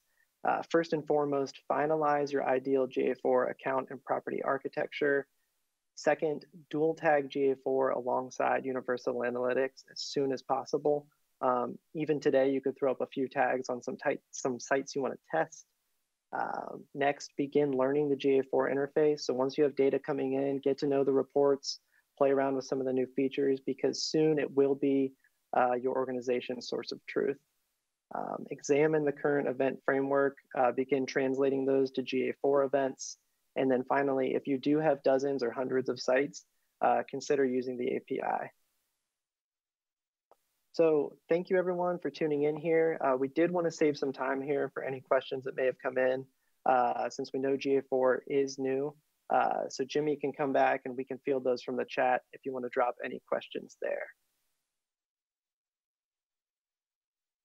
All right, guys, thank you so much. That was awesome. And the chat is alive with GA4 questions. So hope you guys are ready. All right, so first one, what new GA4 feature or benefit do you think will be most valuable for multi-brand organizations?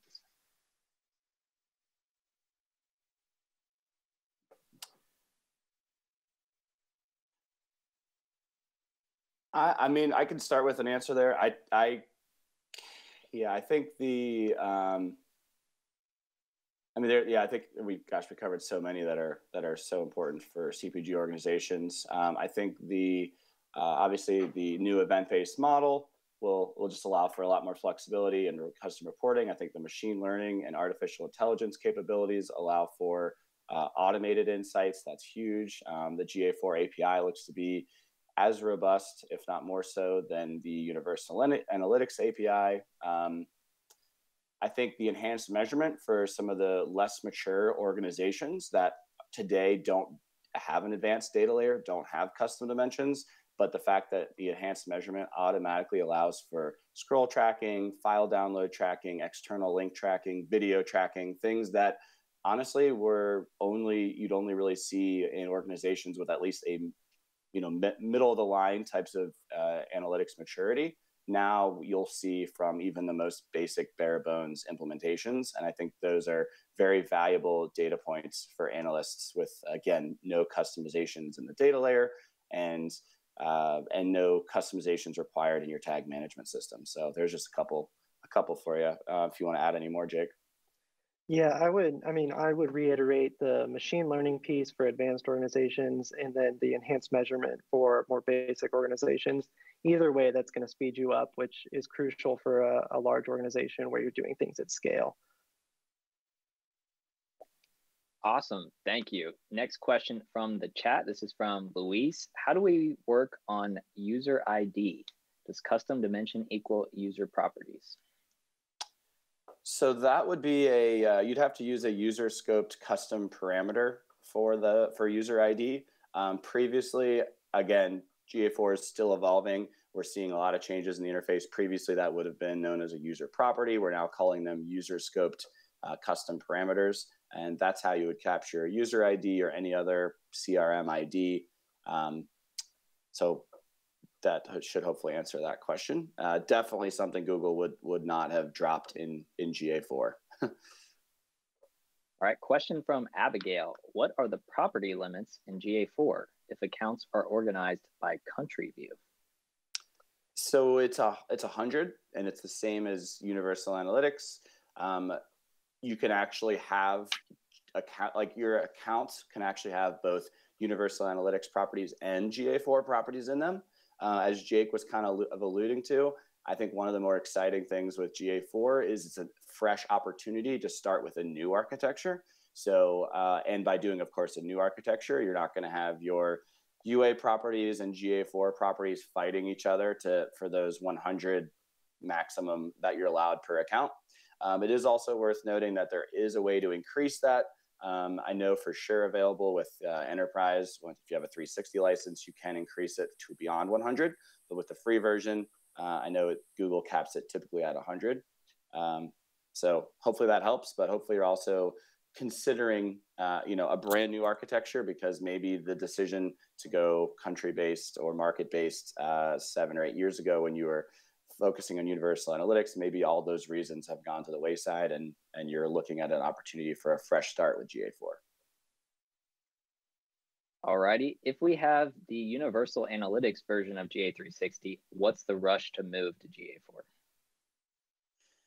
I'd say preparation at this point, preparing for when GA4 does become your source of truth. So the sooner you implement it on your site, the more historical data you're going to have, the more opportunities you'll have to test and learn. And then when it does become the source of truth, you'll have done all the prep work necessary. And we don't know exactly when Universal Analytics will sunset. I know we have a few Googlers on today's call. I don't think you'll get an answer from them either.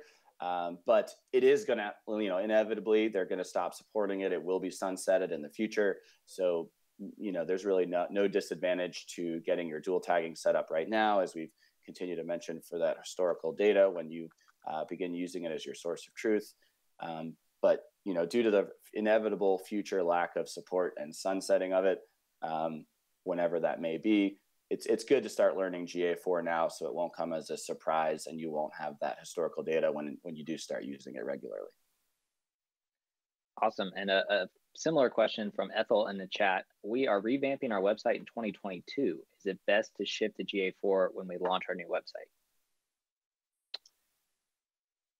I would say keep both as you're shifting, because to Jimmy's point a moment ago, we don't know exactly when that shift will happen. So I would retain your UA property on your new site, and I would place GA4 on your current site now, and then you get all of that comparison data as you're shifting one over to the new year, and then also to your new site. All right. How would you recommend starting to position GA4 for brands and markets who are utilizing or who are used to utilizing UA data for key business decisions, and thus would need to transition over to GA4, I think, in the coming quarters? I would say it's establishing familiarity, spend time in the report. So, to our point earlier, if you're tagging your sites now, you're beginning to collect that data. Those brands can do analysis in both platforms and get some familiarity with how those reports are changing, how they're remaining similar. So do a little bit of side-by-side analysis for now in both platforms. That way you're familiarizing yourself with the changes. All right. Is there a certification available for GA4? This question comes from James. That's a good, I don't know if Google has a GA4 certification yet. I honestly have not personally taken it. I know the GAIQ, which all consultants and InfoTrust, I do recommend taking for a great Universal Analytics exam. I know that's still focused on Universal Analytics because I re-upped on it recently. But do you know, Jake? I'm not sure if there's one available today. And if anyone in chat knows, by all means, feel free to reply in chat as well. I have not seen the test yet, no. I'm sure there will be. And I know, there's a lot of comprehensive guides on GA4, which isn't really a test, but it's a great place to read and learn. And certainly on our website, certainly on all of Google's support pages. Cool. So quite a few resources, but not familiar with a certification exam in existence today. All right, awesome. Thank you, Jake and Jimmy. I do want to keep us on schedule. This was a very insightful session on Google Analytics 4. Hopefully we answered as many of your questions as possible, the ones that Jake and Jimmy did not get to in the chat. If you have more, please continue to drop them in the chat. Jake and Jimmy as well will be able to drop in the chat now that they're done with their presentation. And we have a few, like I said, InfoTrusters in there as well answering your questions. So please keep the questions coming. Love seeing the engagement. We will be back in 5 minutes at 2:05 to hear from a true CPG industry insider. So Kesone Phimmasone, formerly at Estee Lauder, Sephora, Apple. So she has tons of great experience. She's currently an executive advisor advising Rakuten. So super excited for that. She'll be joined by Michael Loban, our Chief Growth Officer, who you saw earlier with Joanna Goldblatt. So see you all in 5 minutes.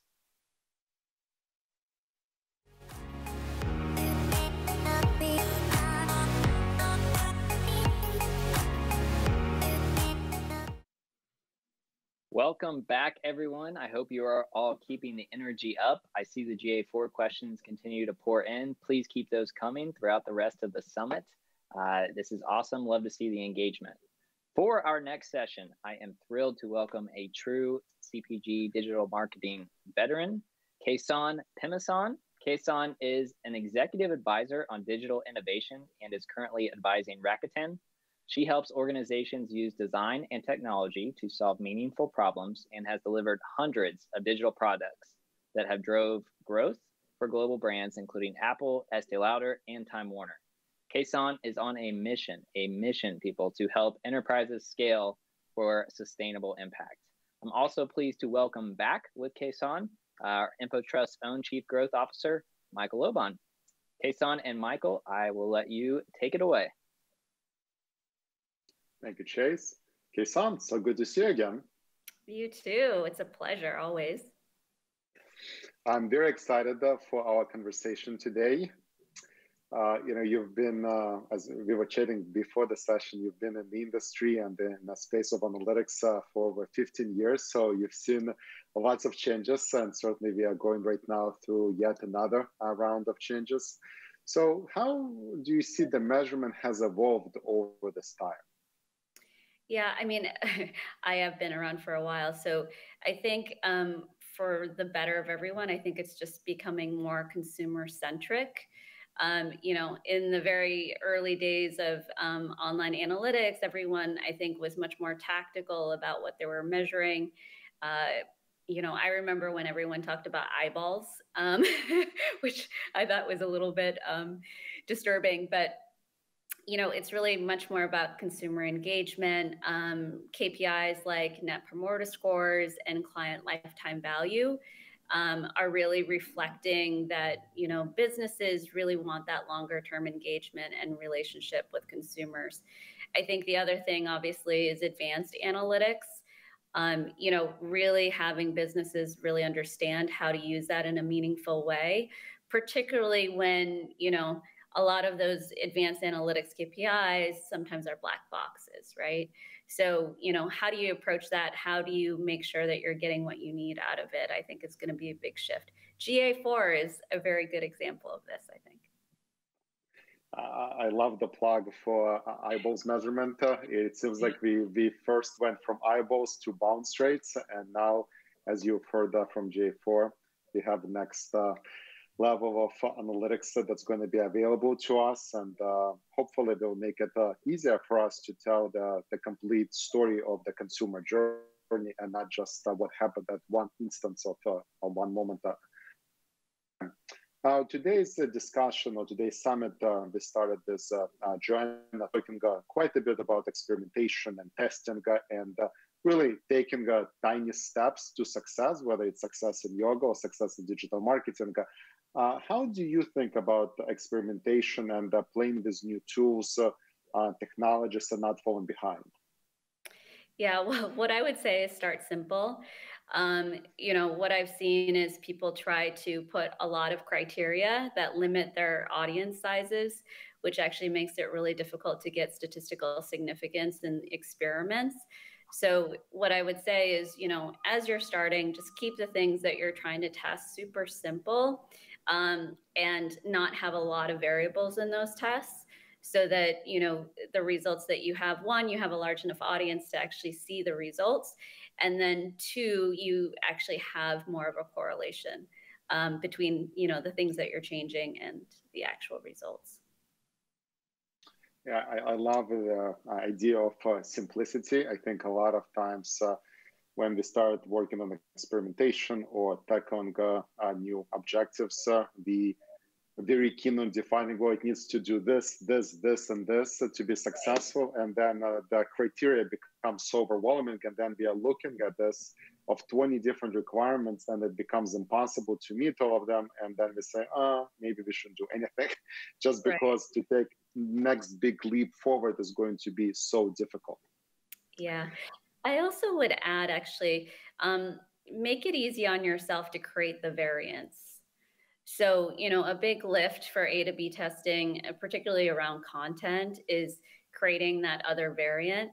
So I think doing simpler tests where actually creating the other variant is not a huge lift at the very beginning, actually makes it easier on people, and you get more bang for your buck, right? Because you're not having your design team actually design to creatives, having to code to creative, it sort of builds upon itself as far as level of effort.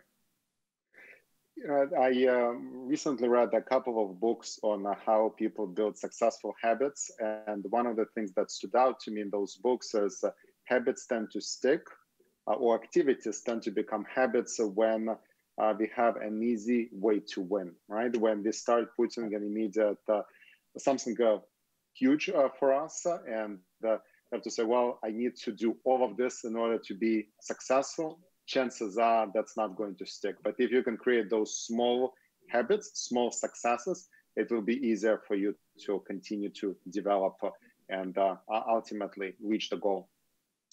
One of the things that is very common when meeting or talking with large enterprises is this concept of pace. Almost in every organization, I'm sure we've heard this, well, we just don't move that fast, right? Or, yeah, that sounds great, but it's going to take us a while. And there's certainly, for some projects, there's a lot of truth to that. When you migrate thousands of websites to GA4, or when you're implementing a new solution, it will take time. But how have you learned to deal with pace, and how have you mastered the ability to execute at a faster scale? Yeah, so actually, I learned this at Apple, to be honest. Okay.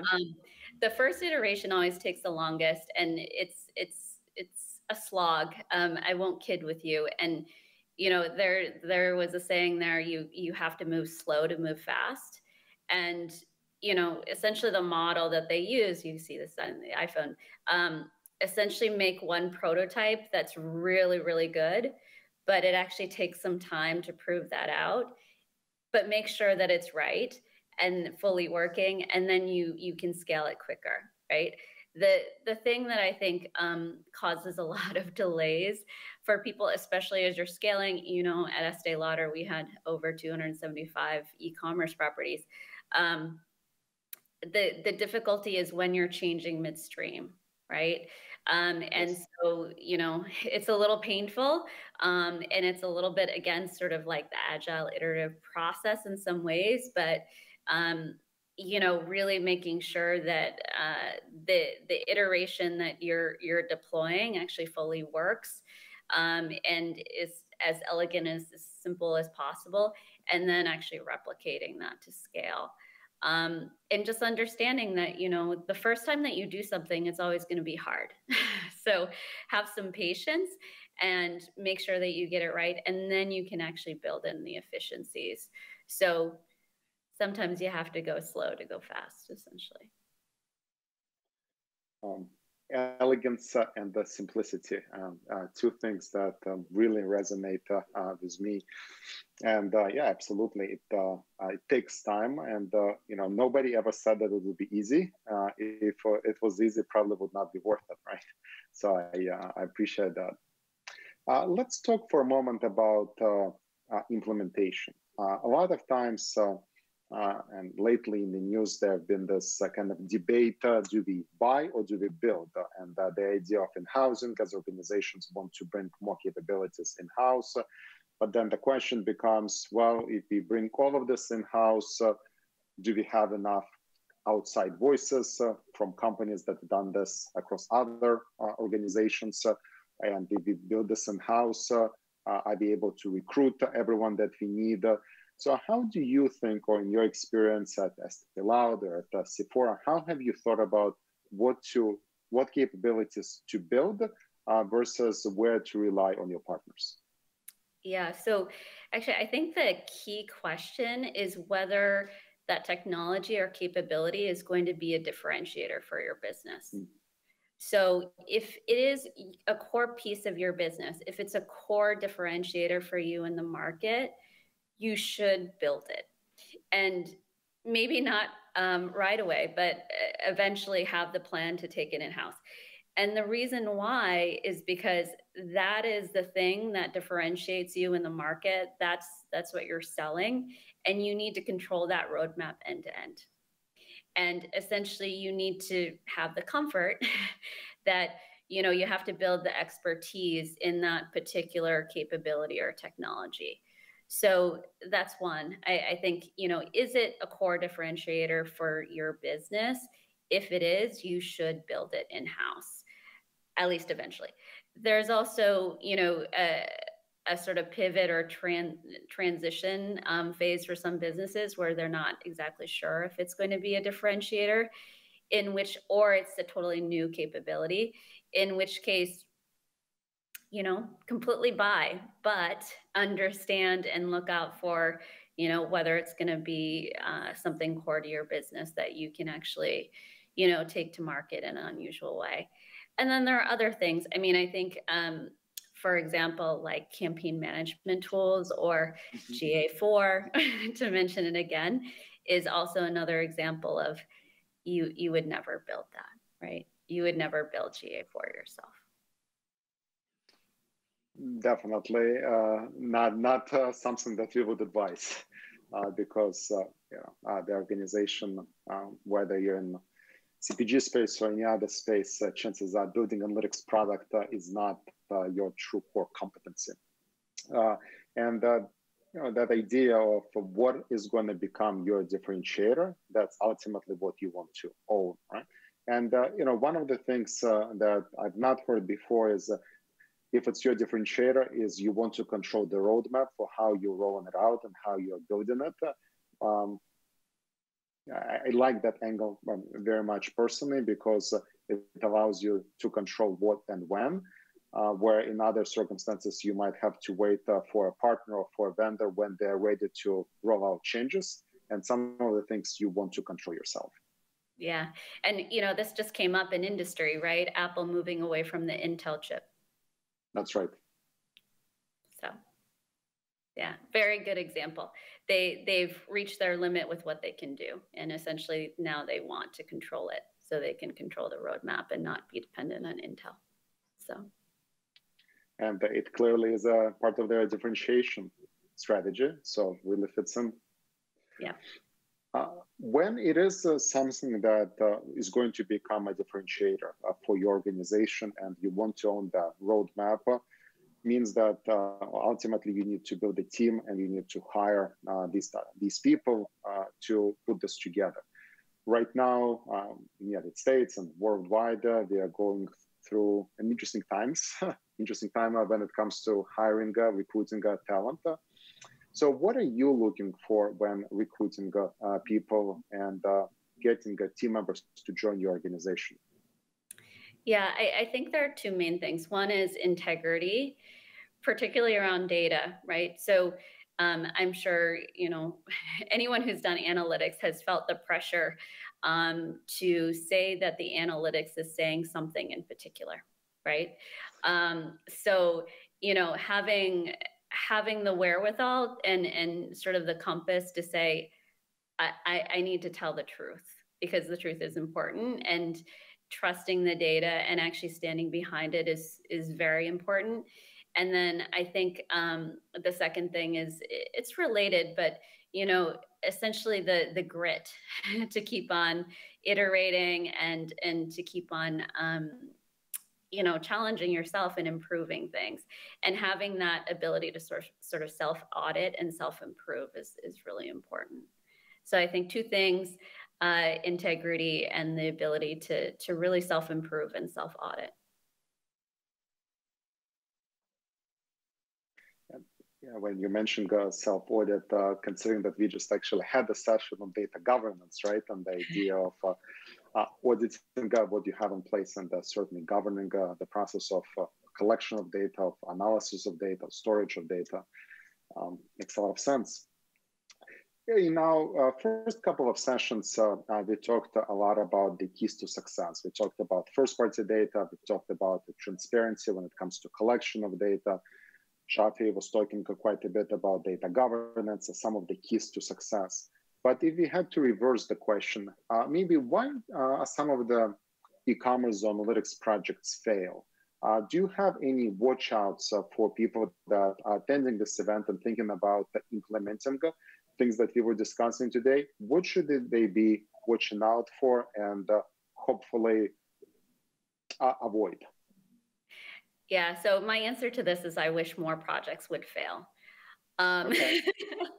So, and what I mean by that is what I actually see is most wasteful from a resource and time perspective is sometimes when projects are not going well, or if they're floundering a little bit, I think people are a little bit hesitant to actually pull the plug, particularly leadership. So, at least what I've seen is leadership will just focus on something else and kind of let that project limp along, which, to be honest, I think is detrimental for the project itself, obviously, because it doesn't get the focus and attention it needs to right size itself, but also at the same time, for the integrity and the morale of that team.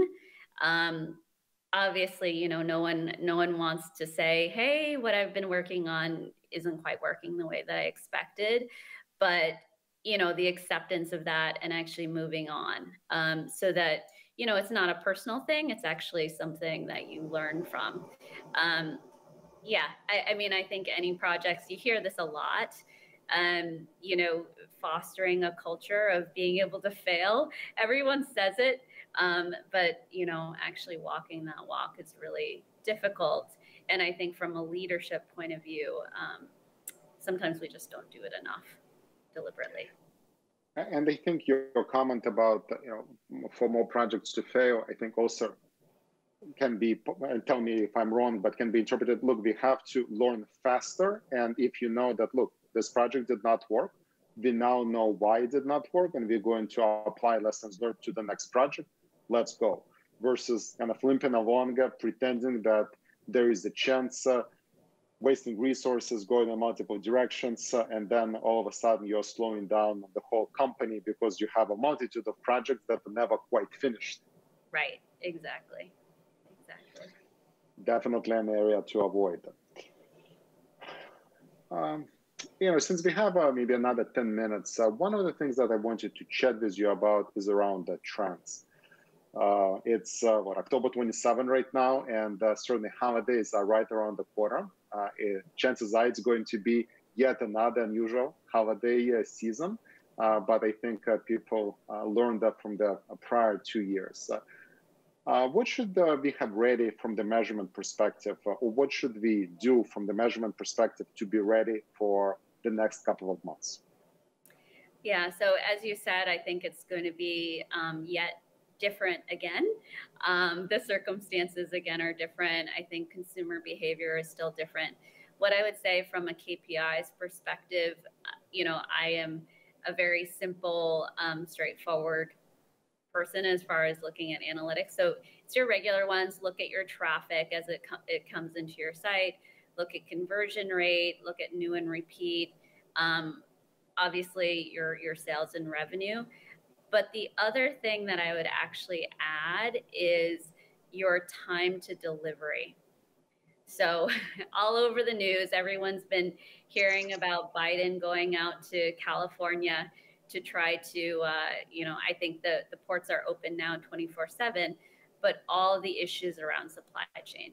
Mm-hmm. So I think, it actually was a huge issue the first time around, like in 2020 for COVID.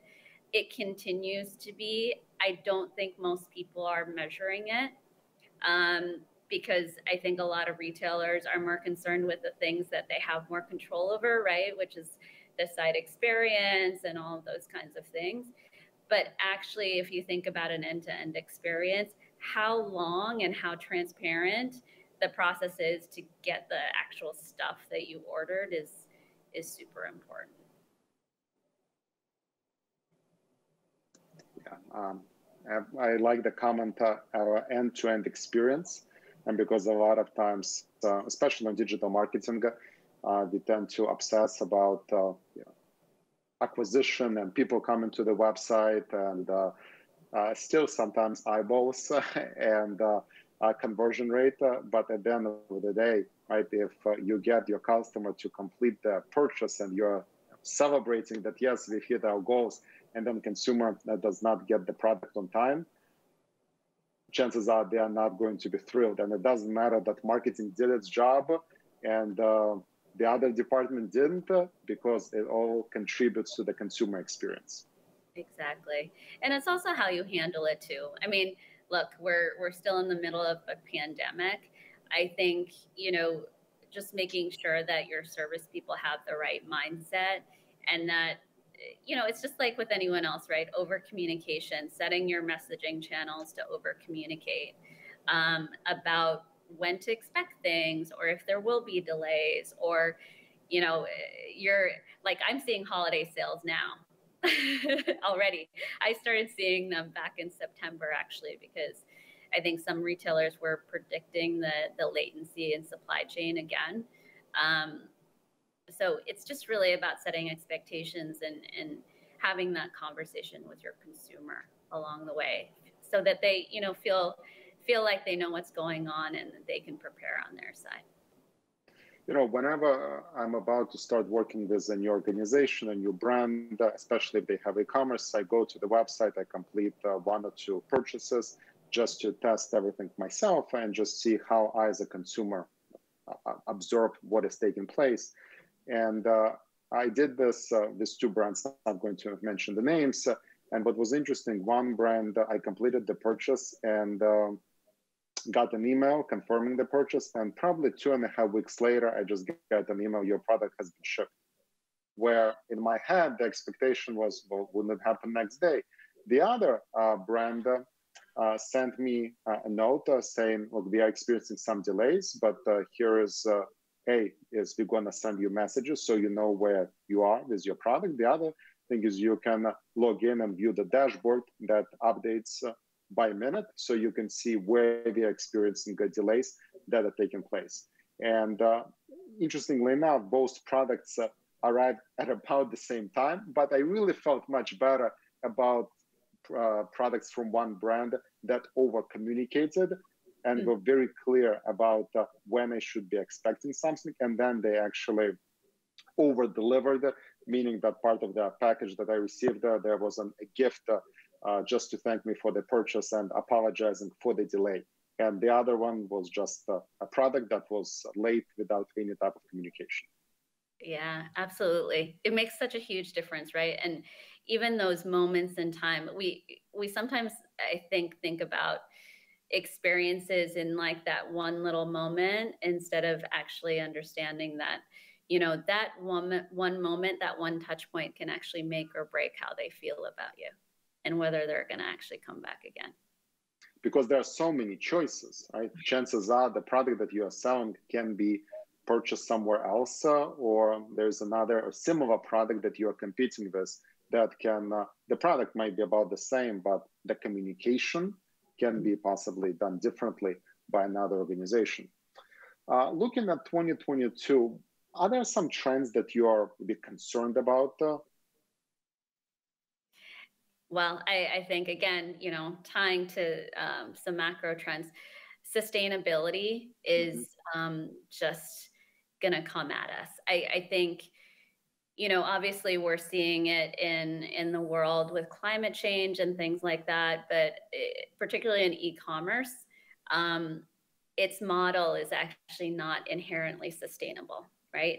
So, shipping products one-to-one essentially, or one-to-many creates a lot of packaging waste. It's a lot of fuel, all of these things. I think that, as businesses and as citizens, I think thinking about how you can become more sustainable, how you can become more community oriented, I think is super important.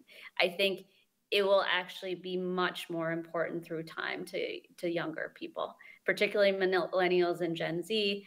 Just as you see, they're much more concerned about climate change. They're much more concerned about sort of social impact. So what can be done to alleviate some of these concerns and prepare ourselves for these changes? Yeah, I think, the first thing to do is just look at your packaging at your warehouses.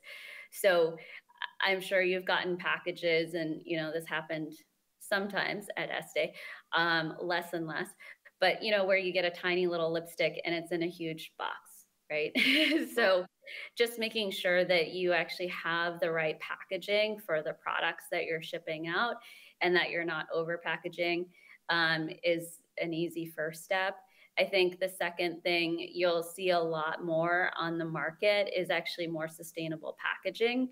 So I ordered something from a brand called Loisel the other day, and actually it came in, a little paper envelope that actually could just be recycled if you did returns, right? So you could actually return in the same package, a fully paper product, no plastic. So I think there are a lot of things just around packaging that you can look at, particularly for smaller businesses. And then I think for larger businesses, it's about distribution. It's about how do you get those products closer to the consumer so that you aren't actually, shipping it across the country, for example. And I think both items really contribute to the overall consumer experience, right? And a lot of times, if consumer sees that organization might be wasteful when it comes to shipping products, that might be something that they will reconsider when making another purchase, or perhaps going with another organization. So yet again, that need for us to truly understand the consumer experience and everything that it entails. Yeah, and actually Amazon started doing it, but I actually saw Target doing it first, is, the consolidation of your packages, right? Yes. So, hey, instead of having like 2 separate packages, you can actually consolidate them. This happens a surprisingly large number of times where multiple orders will come from one person. I've actually seen this during holiday, and actually just consolidating those products into one package could make a big difference. As we are ending bringing the session to conclusion, do you have any recommendations for the audience? Yeah, I mean, again, I sort of made this leap myself, but I think there's definitely something in the air, particularly around COVID, to think about how you make an impact on the community and a wider social impact. So I think from a market point of view, from a consumer point of view, everyone's looking for that younger consumer to sustain them and grow them. It will be around social impact, and it will be around being better citizens. And it's just a good thing to do overall. So I think look at your business, see what you can do just to improve things for yourself and your community overall. That's a wonderful note to end the session on. Be a better citizen and think about the social impact that you're making.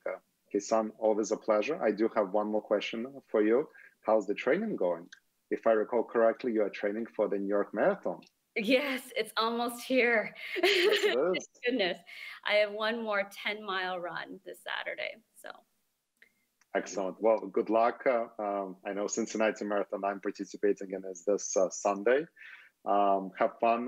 New York Marathon is an amazing experience and enjoy it. Thank you. Good luck to you too. Thank you. Back to you, Chase. Kesone and Michael, thank you so much. That was awesome. Kesone, I have a sticky note written down right now. I'm going to go on my desk. You have to move slow to move fast. That was awesome. So thank you for that. So we are going to go into one more break. But before that, you will notice in the YouTube chat, we're going to be dropping a second form link. So please fill that out before Michael gets to the closing remarks. We're going into one more session right now on server-side GTM, and then we'll have a wrap up at the end of the day. But just please fill out that form before the summit is over. It's just kind of an overview, what you think of the day, things that you think we missed that we should touch on at our next summit. And then also it's going to let us know that you are sticking around for the Peloton drawing at the end. So again, Kesone, Michael, thank you very much. We will be back in 4 minutes for a session on server-side GTM from Ben Fisher at Google and Tyler Blatt at InfoTrust. See you in a few minutes.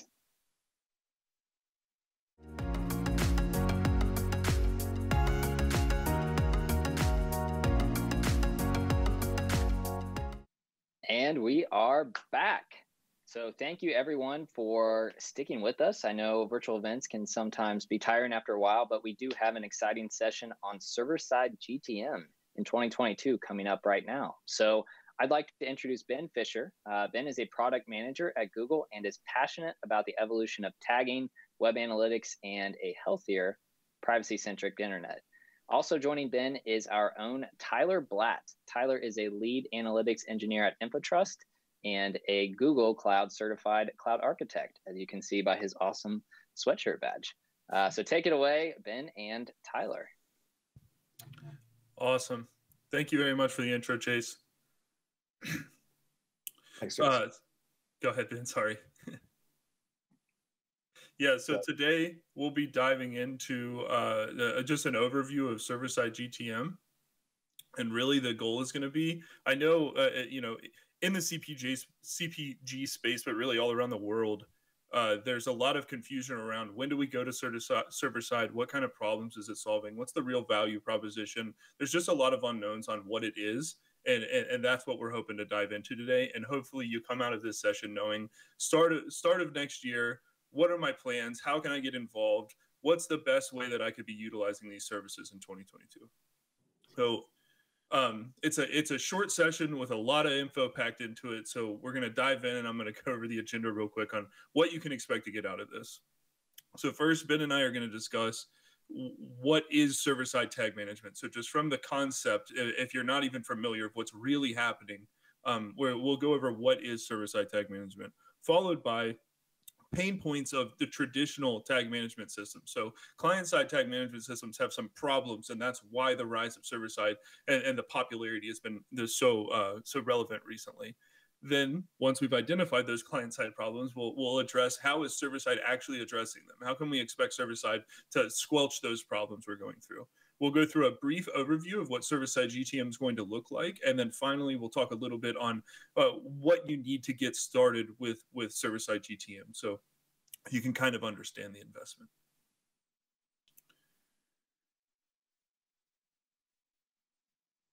So with that, we'll jump into the section where we explain a little bit about what is server-side tag management. We can go to the next slide. So for this first slide, I think it's important when we're talking about what is server-side tag management to understand exactly how client-side tag management works. Essentially, what you're doing on a client with client-side tag management is you're downloading a GTM container to your website. What that means is you're using JavaScript code to reach out and actually load a GTM container on your website. And what that GTM container is going to do is load other third-party JavaScript libraries to your website as well. So you actually are running all of this code on your site, and then that code needs to make requests out to third-party APIs from your site. So not only are you loading more JavaScript code, but it's also sending data out to those third-party client libraries. Yeah, that's how I said. So using a tag manager is still more efficient than placing these tags directly on your site, but each third-party script is loading directly, even if through the GTM container. Exactly. We can go to the next slide. And so where this gets interesting, and this is specifically a problem that I see a lot of CPGs companies facing, is how do we deal with that at scale? Because in reality, we want to have uniform tracking. We want to be able to track, if we have 100 plus sites and we want to be able to report on them in the same way or be able to collect data in the same way, how do we manage the standardization of those containers and that JavaScript and all of that loading and all of the rules and logic that comes to collecting that data across all of these sites when we have to individually load this code on each site where we know sites may behave differently? There are two techniques that I should say are being used in the space that I see a lot. One is a global container. So you decide all the data that you're going to collect comes from your data layer on the individual site basis, and that data layer will configure where it's going to send the data. But the mechanism or instructions for collecting data from GTM remain completely standardized globally. They're all the same across all sites. And then some sites will employ a local container process where they'll use clever APIs and mass functionality to try to enforce the same rules across many different containers and enforce standardization at scale that way. Both are, and I've actually seen some companies doing both of those. They have a global standard and they try to keep a local standard as well to give a little bit more leeway. But you need a lot of processing and a lot of industry knowledge to be able to achieve uniform scaling on the client side for data collection.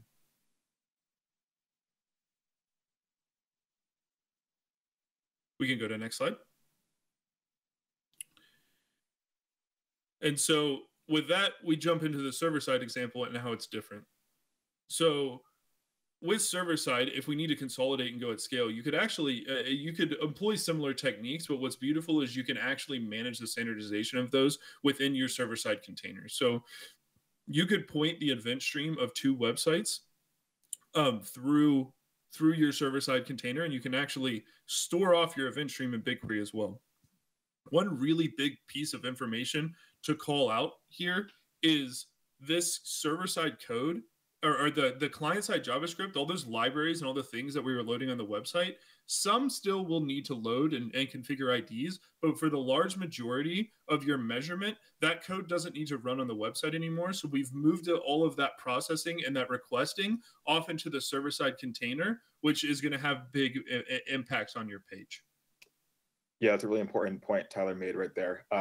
There's a difference between server-side tagging and other server-to-server forms of measurement. And I think in the industry, there's a lot of confusion as to what is server-side tagging versus what is a server-to-server approach or an S2S API and things like that. So when talking about server-side tagging here, the way that Google recommends customers use server-side tagging is what we call a hybrid approach, which, as Tyler said, means you're able to drastically consolidate the amount of JavaScript on your site and rely on a single or a couple of tags in each of your site to handle the data collection for all of your measurement tools. And then, as Tyler mentioned, you send that to server containers. It can be from multiple websites, and that's where you have all the control to do things with the data, fan it out, and manage it in one environment.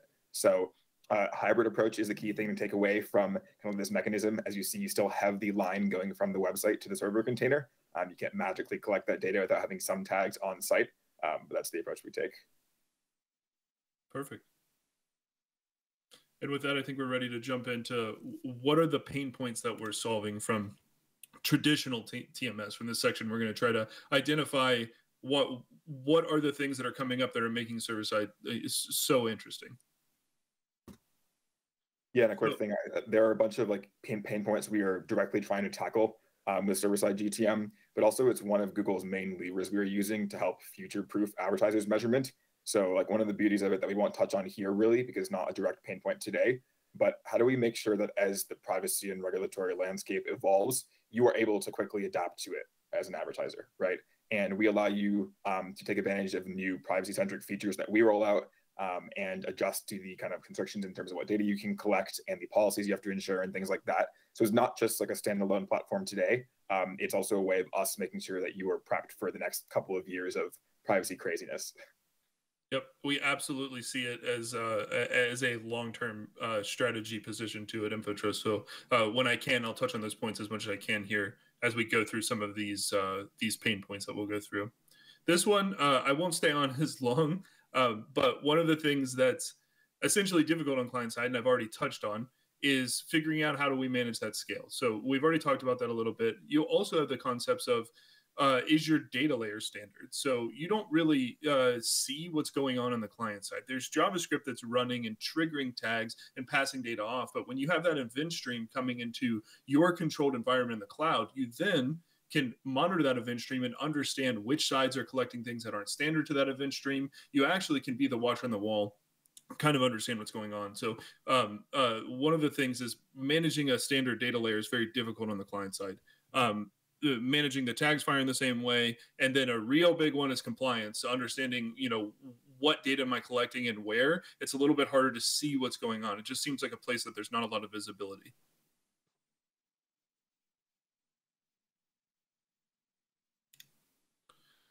So another huge piece, and I touched on it a little bit on that last side, is the security and governance of all the data that you're collecting on client-side tag management systems can be just a nightmare for companies to try to track down.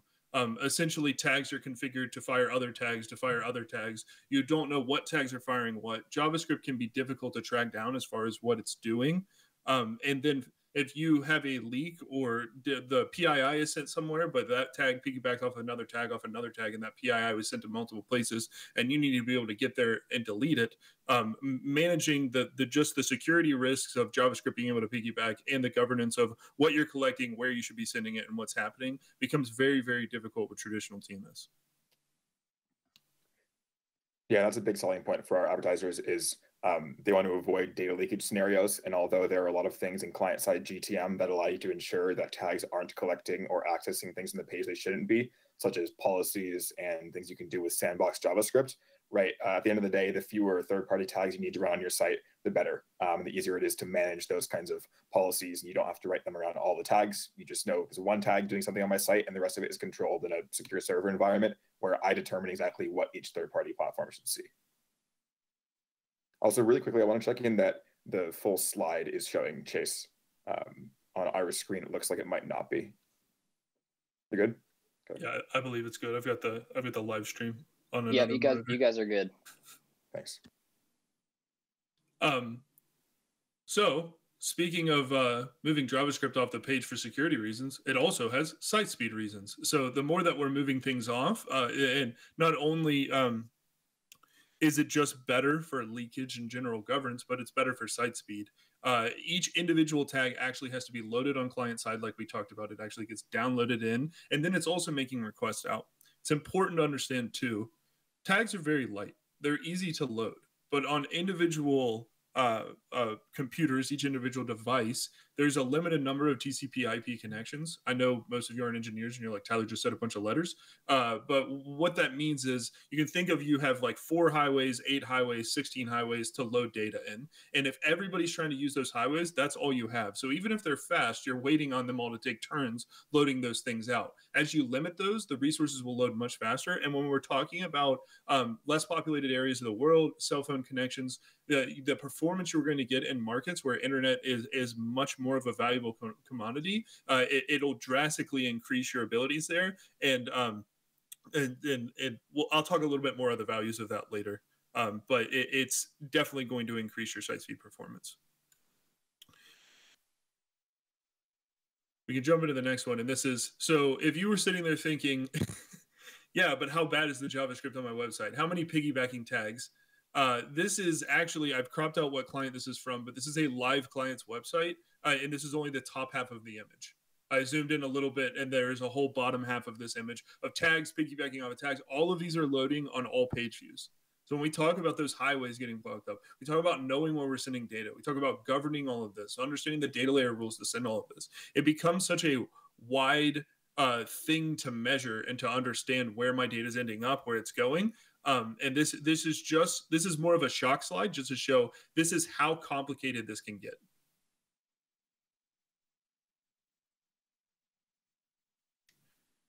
I'll go through this one very quickly, but this one's in here for, I should state the reason. I think everybody probably is aware of what a third-party cookie is. And if at this point you aren't, essentially the functionality, I'm not going to read through the slide as much as to say, this is how, through some clever redirecting change, that third-party advertisers have been able to share their IDs and personally target users. So you can say, I want to target to this person. This is how they've been able to identify users, and this technology is being deprecated. The reason that I bring this up is a lot of the client-side tags that you're loading rely on this. And when we talk about long-term activation strategy, and as Ben stated, Google's ability to provide you with the ability to use tools that come out, own your own first-party data, and be agile in your advertising stack in the most compliant way, it's important to understand that you are losing something with the current state of client side. And GTM, while it might not completely fix the problem, fill that hole, it is positioning you to be agile in that space so that you can find the solutions for it.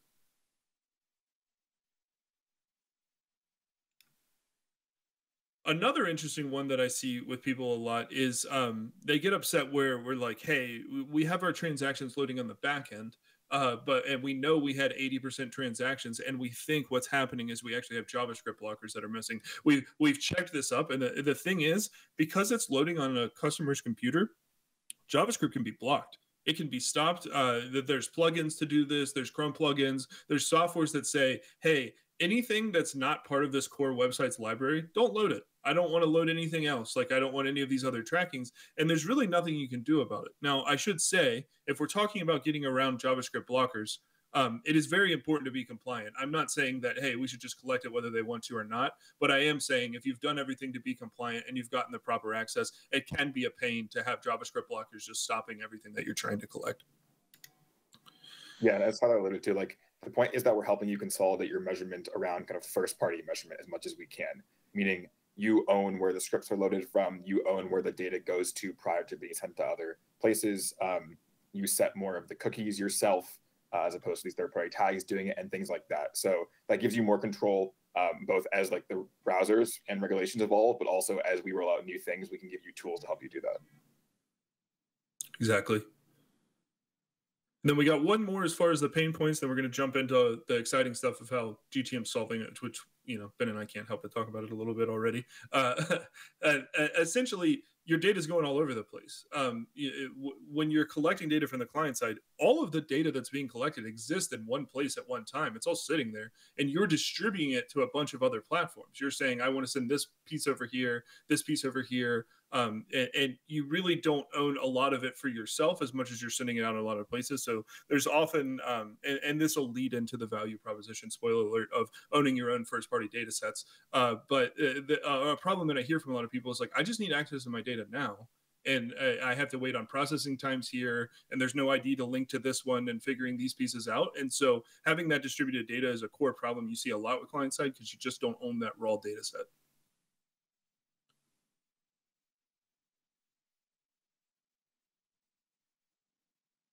All right, so how does GTM solve these problems, or server-side GTM, that is? Well, we'll try to, we have two more sections of slides, so I'm going to try to go quicker through this one, but please feel free as we go through this, drop questions in the chat, and if you feel like you want to know anything more, we'd love to be engaged in this, so we're never afraid to get involved. So I can touch for this one like really quickly. It's not too complicated to understand, and especially since time's tight, I'll just touch on this. Everything in the red box where we showed tags loading on your web, that's all client side. So when I talked about those TCP IP connections, or like, you know, like where internet is a more of a scarce commodity, you're fighting for internet for all those. And that big scary image I showed with all those tags piggybacking, that's a nightmare in those scenarios, where everything in the red box on the right side for your client side is client side, and everything else happens server side. Now, while you might have to fire one Google Analytics tag, one Google Ads tag locally to get IDs, the measurement is minimized, which means you're going to increase your SEO scores and your general site performance, which studies have shown increase essentially your KPIs.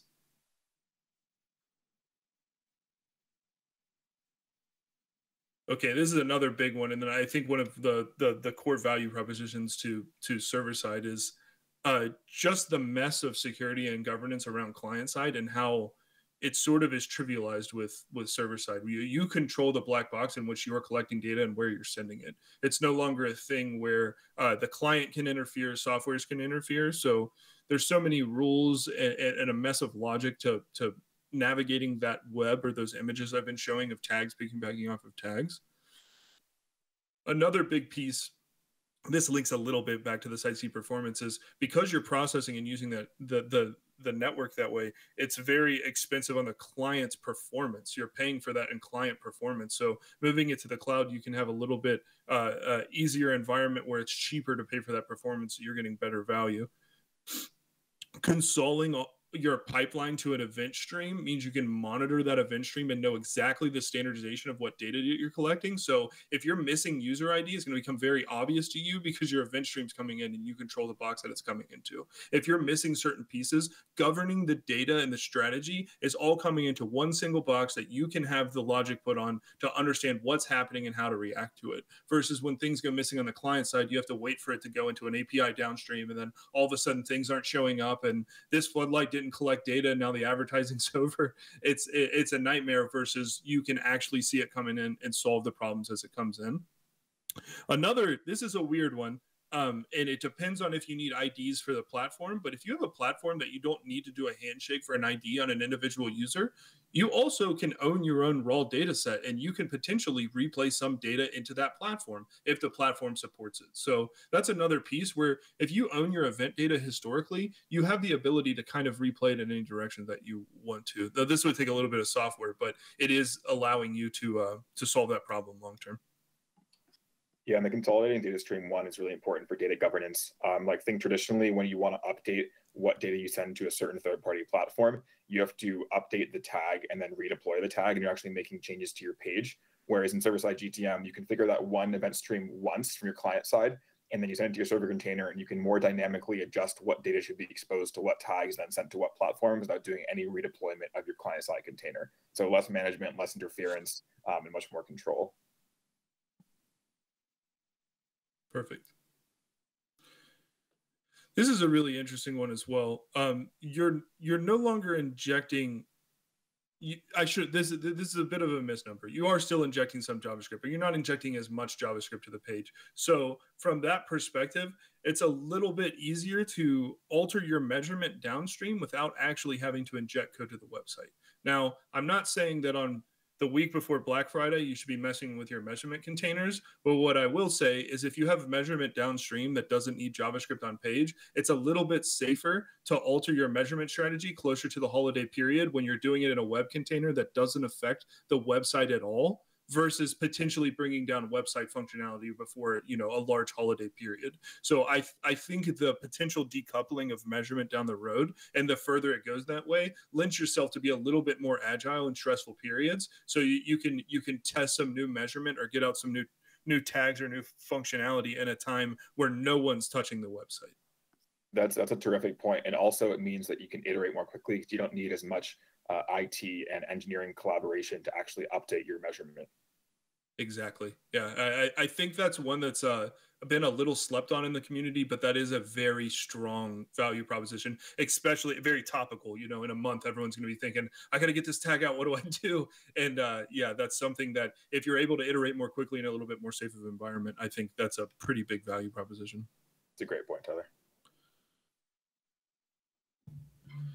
So we touched on this one quite a bit, and I highlighted in here as well.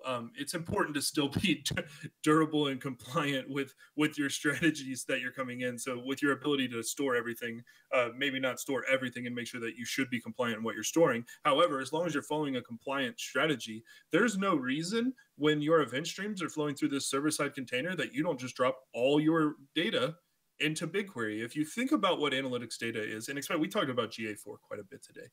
When you think about, even though the GA4 model is essentially, what is everything on a website? Well, it's essentially a user interacting with your website with some sort of identity graph tied to it and other metadata. So it's a user doing something and then some other pieces of information on that person. And if all data is essentially built into this structure that can be applied then anywhere, why not store raw forms of that in BigQuery to where you can get action to it fast, and you can get the ability to own your own first-party data set long-term. So this opens up quite a bit of options, and is what I think is a first step to a large first-party data storage strategy. Later come like CDPs and things like that, but this is a step in the right direction, getting you to where you can fully blow out an environment in your cloud where you own your data.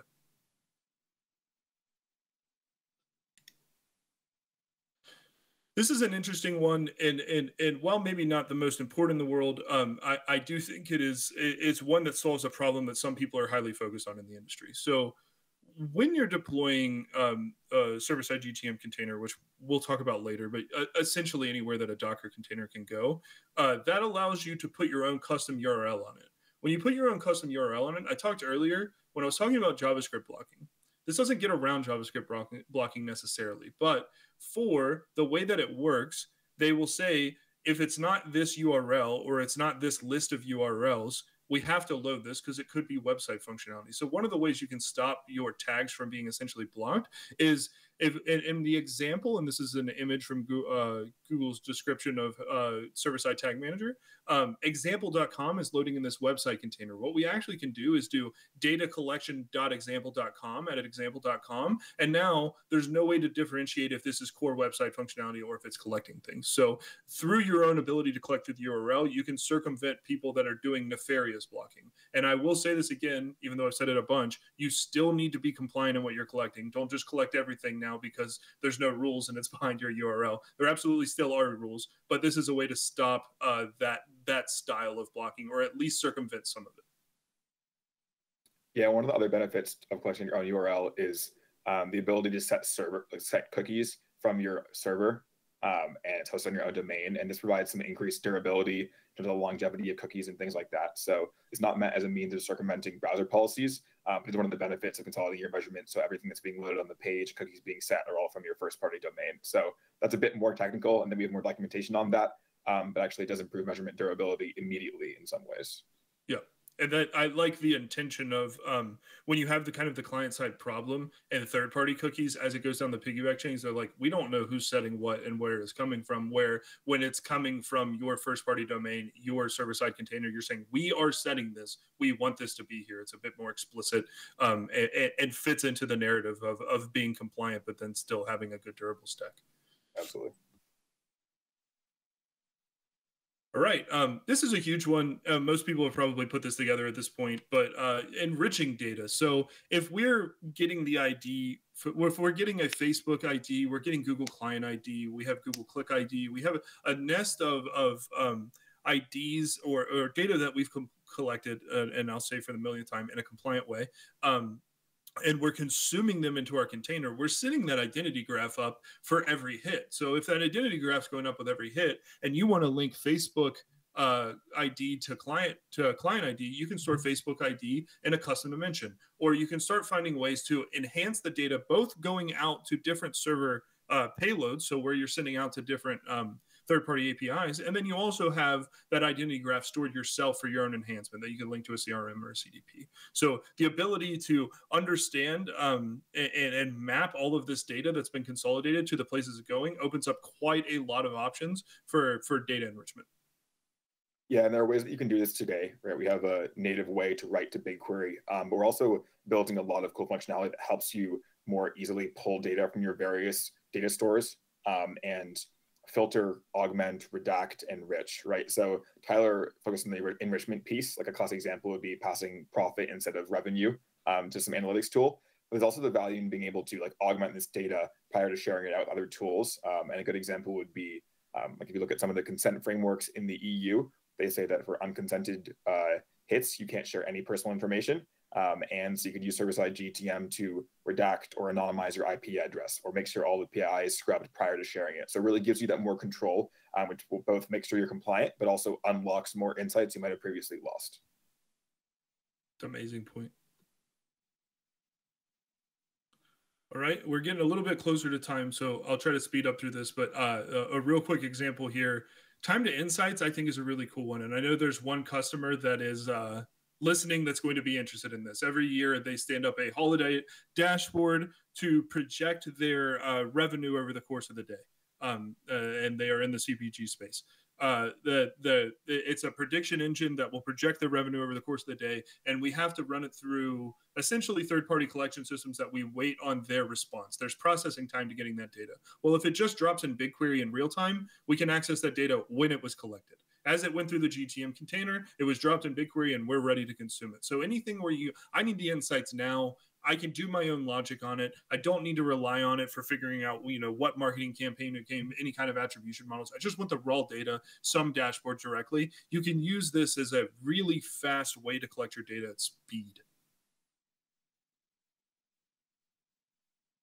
And with that, since we're on low time, I'm going to try to, we'll go quick through these last bit of slides. They shouldn't take too long. The big thing that I want to show with server-side GTM, we're not going to go too far into the weeds because I know most of you probably aren't engineers, but I just want to show exactly what this title says. It's the same GTM, new features. So when you go to stand up a server-side tag management container, it's no different than when you've done a web, iOS, Android, all AMP containers in the past. It's the same interface. You should be comfortable with it. It's just new features being added to this. There are some extra steps down the road to actually get it deployed, but from your interfacing and understanding how you're going to work with the tags, it should feel very much at home. They've done a great job with the UI here. Going over tags real quick, it isn't a huge list of feature tags, but they're definitely core to the use case. These are the tags that are currently supported by the platform. There's more tags to come, but for now, these are the tags that are currently supported by the platform. Mainly being Google Analytics tags, Floodlight tags, Google Ads tags. And then a really important one for you to notice at the bottom there is that HTTP request. You do have the ability to configure to go to places you need it to go. So you can work with the platform to figure out if there's something that's absolutely crucial that is not on this list or not on the list I'm about to show you after, which I'll show you what template tags are after, then you can figure out how to support it with that HTTP request. Yeah, and really quickly, I know we're pretty much out of time, but people get scared off when they hear server anything and they think that it's very technical and hard to manage. But the point I want to make here is you are not learning a new skill. You already have people at your companies that use Google Tag Manager in many cases, and it's the familiar interface with many new benefits. So I think that's the point that Tyler and I really want to get across here. For sure. Yeah, well summarized. And really quickly, if we can jump to the template tag page, and then we can, I'll go over that very quick, and then we'll jump to 2 slides forward to the just getting started. Then we can wrap up there.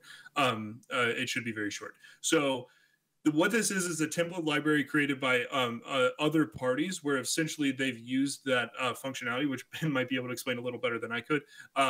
To create functionality for different APIs. So these aren't in that core library list, but these are templates that other parties have created saying, hey, we figured out how to do Facebook conversion API tag, use our template library, and you can just pull this tag in. Or you want to send Slack notifications when a certain error message comes through, someone's figured out a template library for that. So these are just libraries to help extend the functionality, and the community can help really build out tags very quickly using these templates. Yeah, just like a little snippet here. Facebook actually recommends server-side GTM as their de facto way of writing to their conversions API because it's so much simpler than writing to the API directly, and it's an easier way to manage it and control the data flow. So some traction in the market, and it'll continue to grow. It also means that if you have measurement partners that you don't see on this list that you want to add to it, they're able to, and we're able to work with them to do that. Yep, and then we'll just read this last slide. We don't have to go too far into it, but just for an idea about how you're going to get started with this, essentially, you need a GCP project, or if you're not on GCP or don't want to use GCP, you just need an environment where you can deploy a Docker image. If you plan to add a domain name to it, you'll need the network IT team to buy in and work with you to essentially set up the AA records and point, DNS to your server.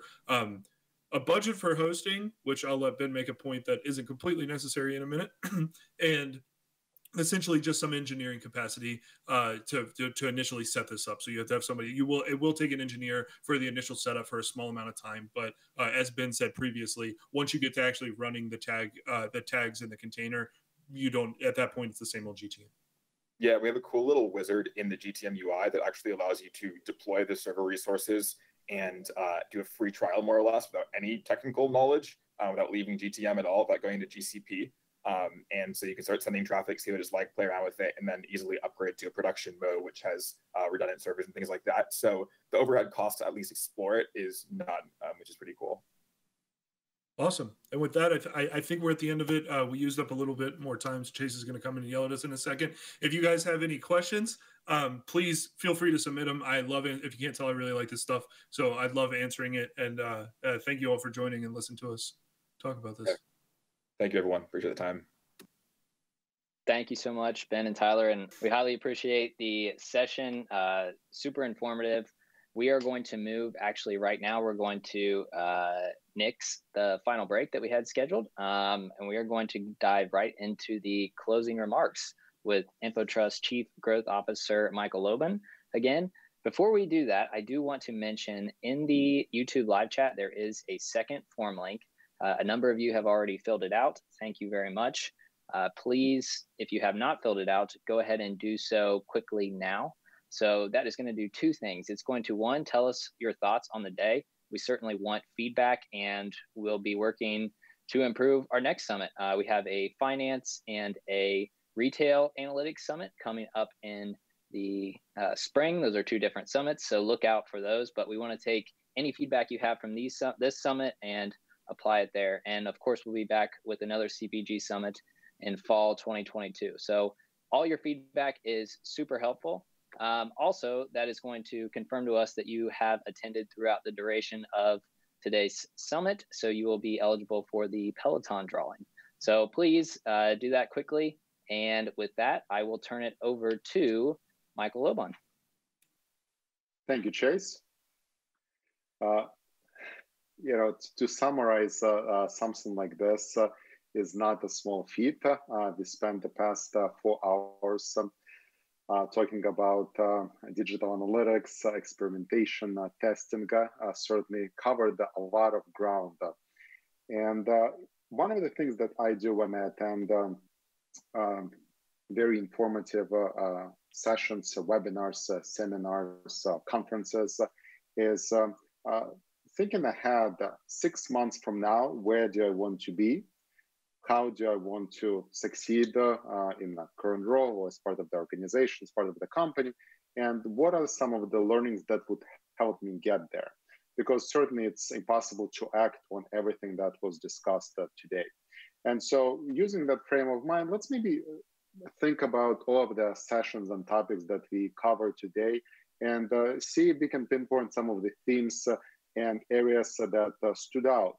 Now, initially, when we started the session, we talked with Joanna. I think the pillar of everything that we've been discussing is it's consumer first. Whatever we do, whatever strategy we decide to focus on, it has to be consumer centric. And when we talk about the CPG space, it's about, well, how do we collect first party data? And hey, if we're going to collect first party data, how do we do it in a very transparent fashion to make sure that consumers understand what we are collecting about them, how we are collecting the data about them, and what we are going to do with the data. And something that Joanna called out that's really important is the application of data, right? Before we even start collecting the information, we need to be very mindful about what are we going to do with that information, how it's going to be applied. Then we've talked about experimentation, and that's something that was called out by Joanna as well as by Kesone later in sessions today, is when we talk about the work that needs to happen, well, instead of doing everything at once, let's figure out what are the small experiments that we can make and how can we really position ourselves to succeed. And we've talked about experimentation from the strategy standpoint. What are the strategic initiatives that we can play with, experiment? We've talked about possibly bringing in new partners that we can experiment with, and certainly experimentation with new tools. And later in discussion. We had presentations on J4 and just finished a presentation on server-side GTM with Tyler and Ben. And towards the end of Joanna's presentation, we also talked about what are some of the questions that we need to be considering as we are planning ahead. First of all, putting yourself in a customer, in a consumer's shoes, is this something that you would want a company to do to you as a consumer? What are some of the long-term metrics, and what is our long-term success? And is it really going to be sustainable? How do we continue to be outcome-focused and continue to build on the success? So all of those things were discussed just in the first 45 minutes of today's summit. And then, since first-party data collection and being consumer-centric is so important, we've talked, or we've heard Shaafi and Lucas talk about data governance and the importance of truly understanding consumer expectations and all of the changes that are happening right now in the industry, from regulatory changes by different governments around the world. And when you work for a multi-brand CPG organization, you certainly need to be mindful of all of the changes across the world, as different brands, different websites are impacted by laws and regulations across different countries. We've talked about how consumer expectations are changing, and consumers are now a lot more mindful about the data that is being collected about them and how the data is going to be used. And certainly technology changes that are happening right now that we need to be mindful of. And Shaafi called out the importance for transparency, the importance for data governance, data compliance, and establishing a global data structure. And talking about all of the changes that are happening, especially on the regulatory side and the technology side, when we think about technology space and when we think about the tools that we have access to, is how do we have a durable technology stack? How do we build it to last? And today we've heard the presentation about the J4 and how it is going to be the future of analytics. And we just had a great presentation on server-side GTM. And a couple of other things to call out that stood out to me from the discussion with Kesone, and I've been fortunate to work and spend time with Kesone over the past couple of years, and how insightful she is, never seems to amaze me. Always seems to amaze me. And she talked about move slow to move fast, right? The tiny wins that we can make, and how do we learn and fail fast, right? And at the end of the day, if something is not working, there is no shame in saying this did not succeed, but this is what we've learned, and now we are going to direct our resources to something else. And when we talk about implementation, when we talk about build versus buy, well, what is that one differentiator that we are going to focus on, and how we are going to really build that in-house so we can control our roadmap? And look, we are going through interesting, challenging, unprecedented times. And sometimes what we are planning to do, sometimes the products that we are planning to send out tomorrow, or that need to be shipped in 1 week, or need to be delivered in 1 week, might not get there on time. So how do we over communicate with our consumers? And it's not just about shipping, but it is also about data collection. It's also about data application. And something that is really true when we think about putting consumer first. Well, if we are putting our customer, if we are putting consumer first, we need to over communicate with them so we have that transparency. And that's something that consumers will absolutely appreciate. And Kesone ended the presentation on the importance of social impact and how important that is. So as I'm thinking through all of these sessions and the topics that were covered today, probably a couple of themes that come to mind that I drafted as I was preparing for the closing remarks, if you will.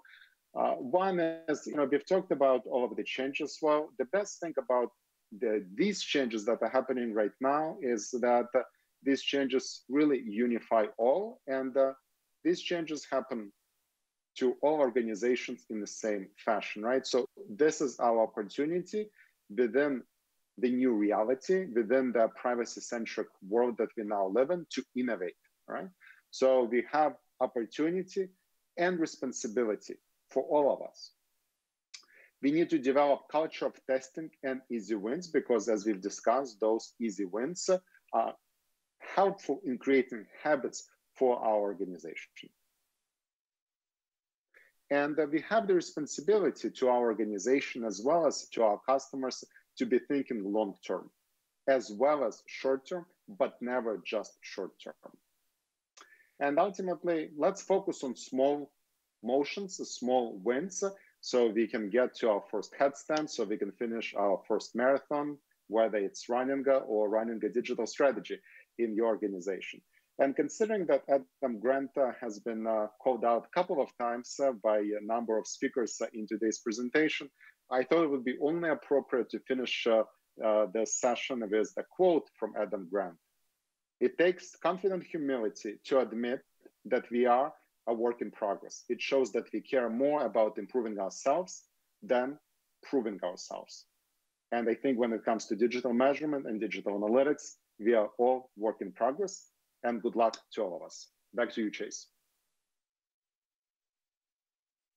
Awesome. Thank you so much, Michael. That was a great summary of the day. Thank you again to everyone who attended.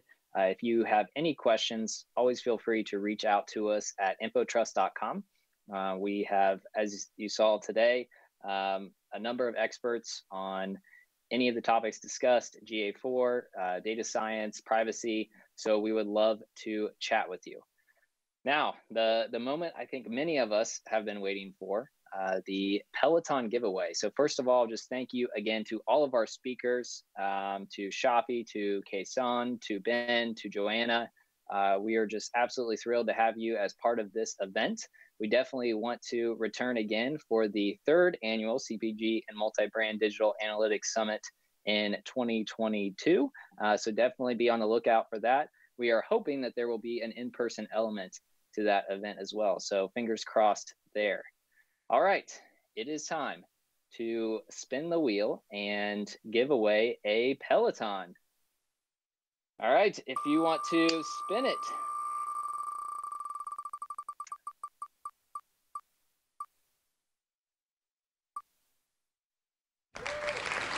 All right, Carlos Herval, congratulations on your new Peloton. Someone from the InfoTrust team will be reaching out shortly to talk about shipping.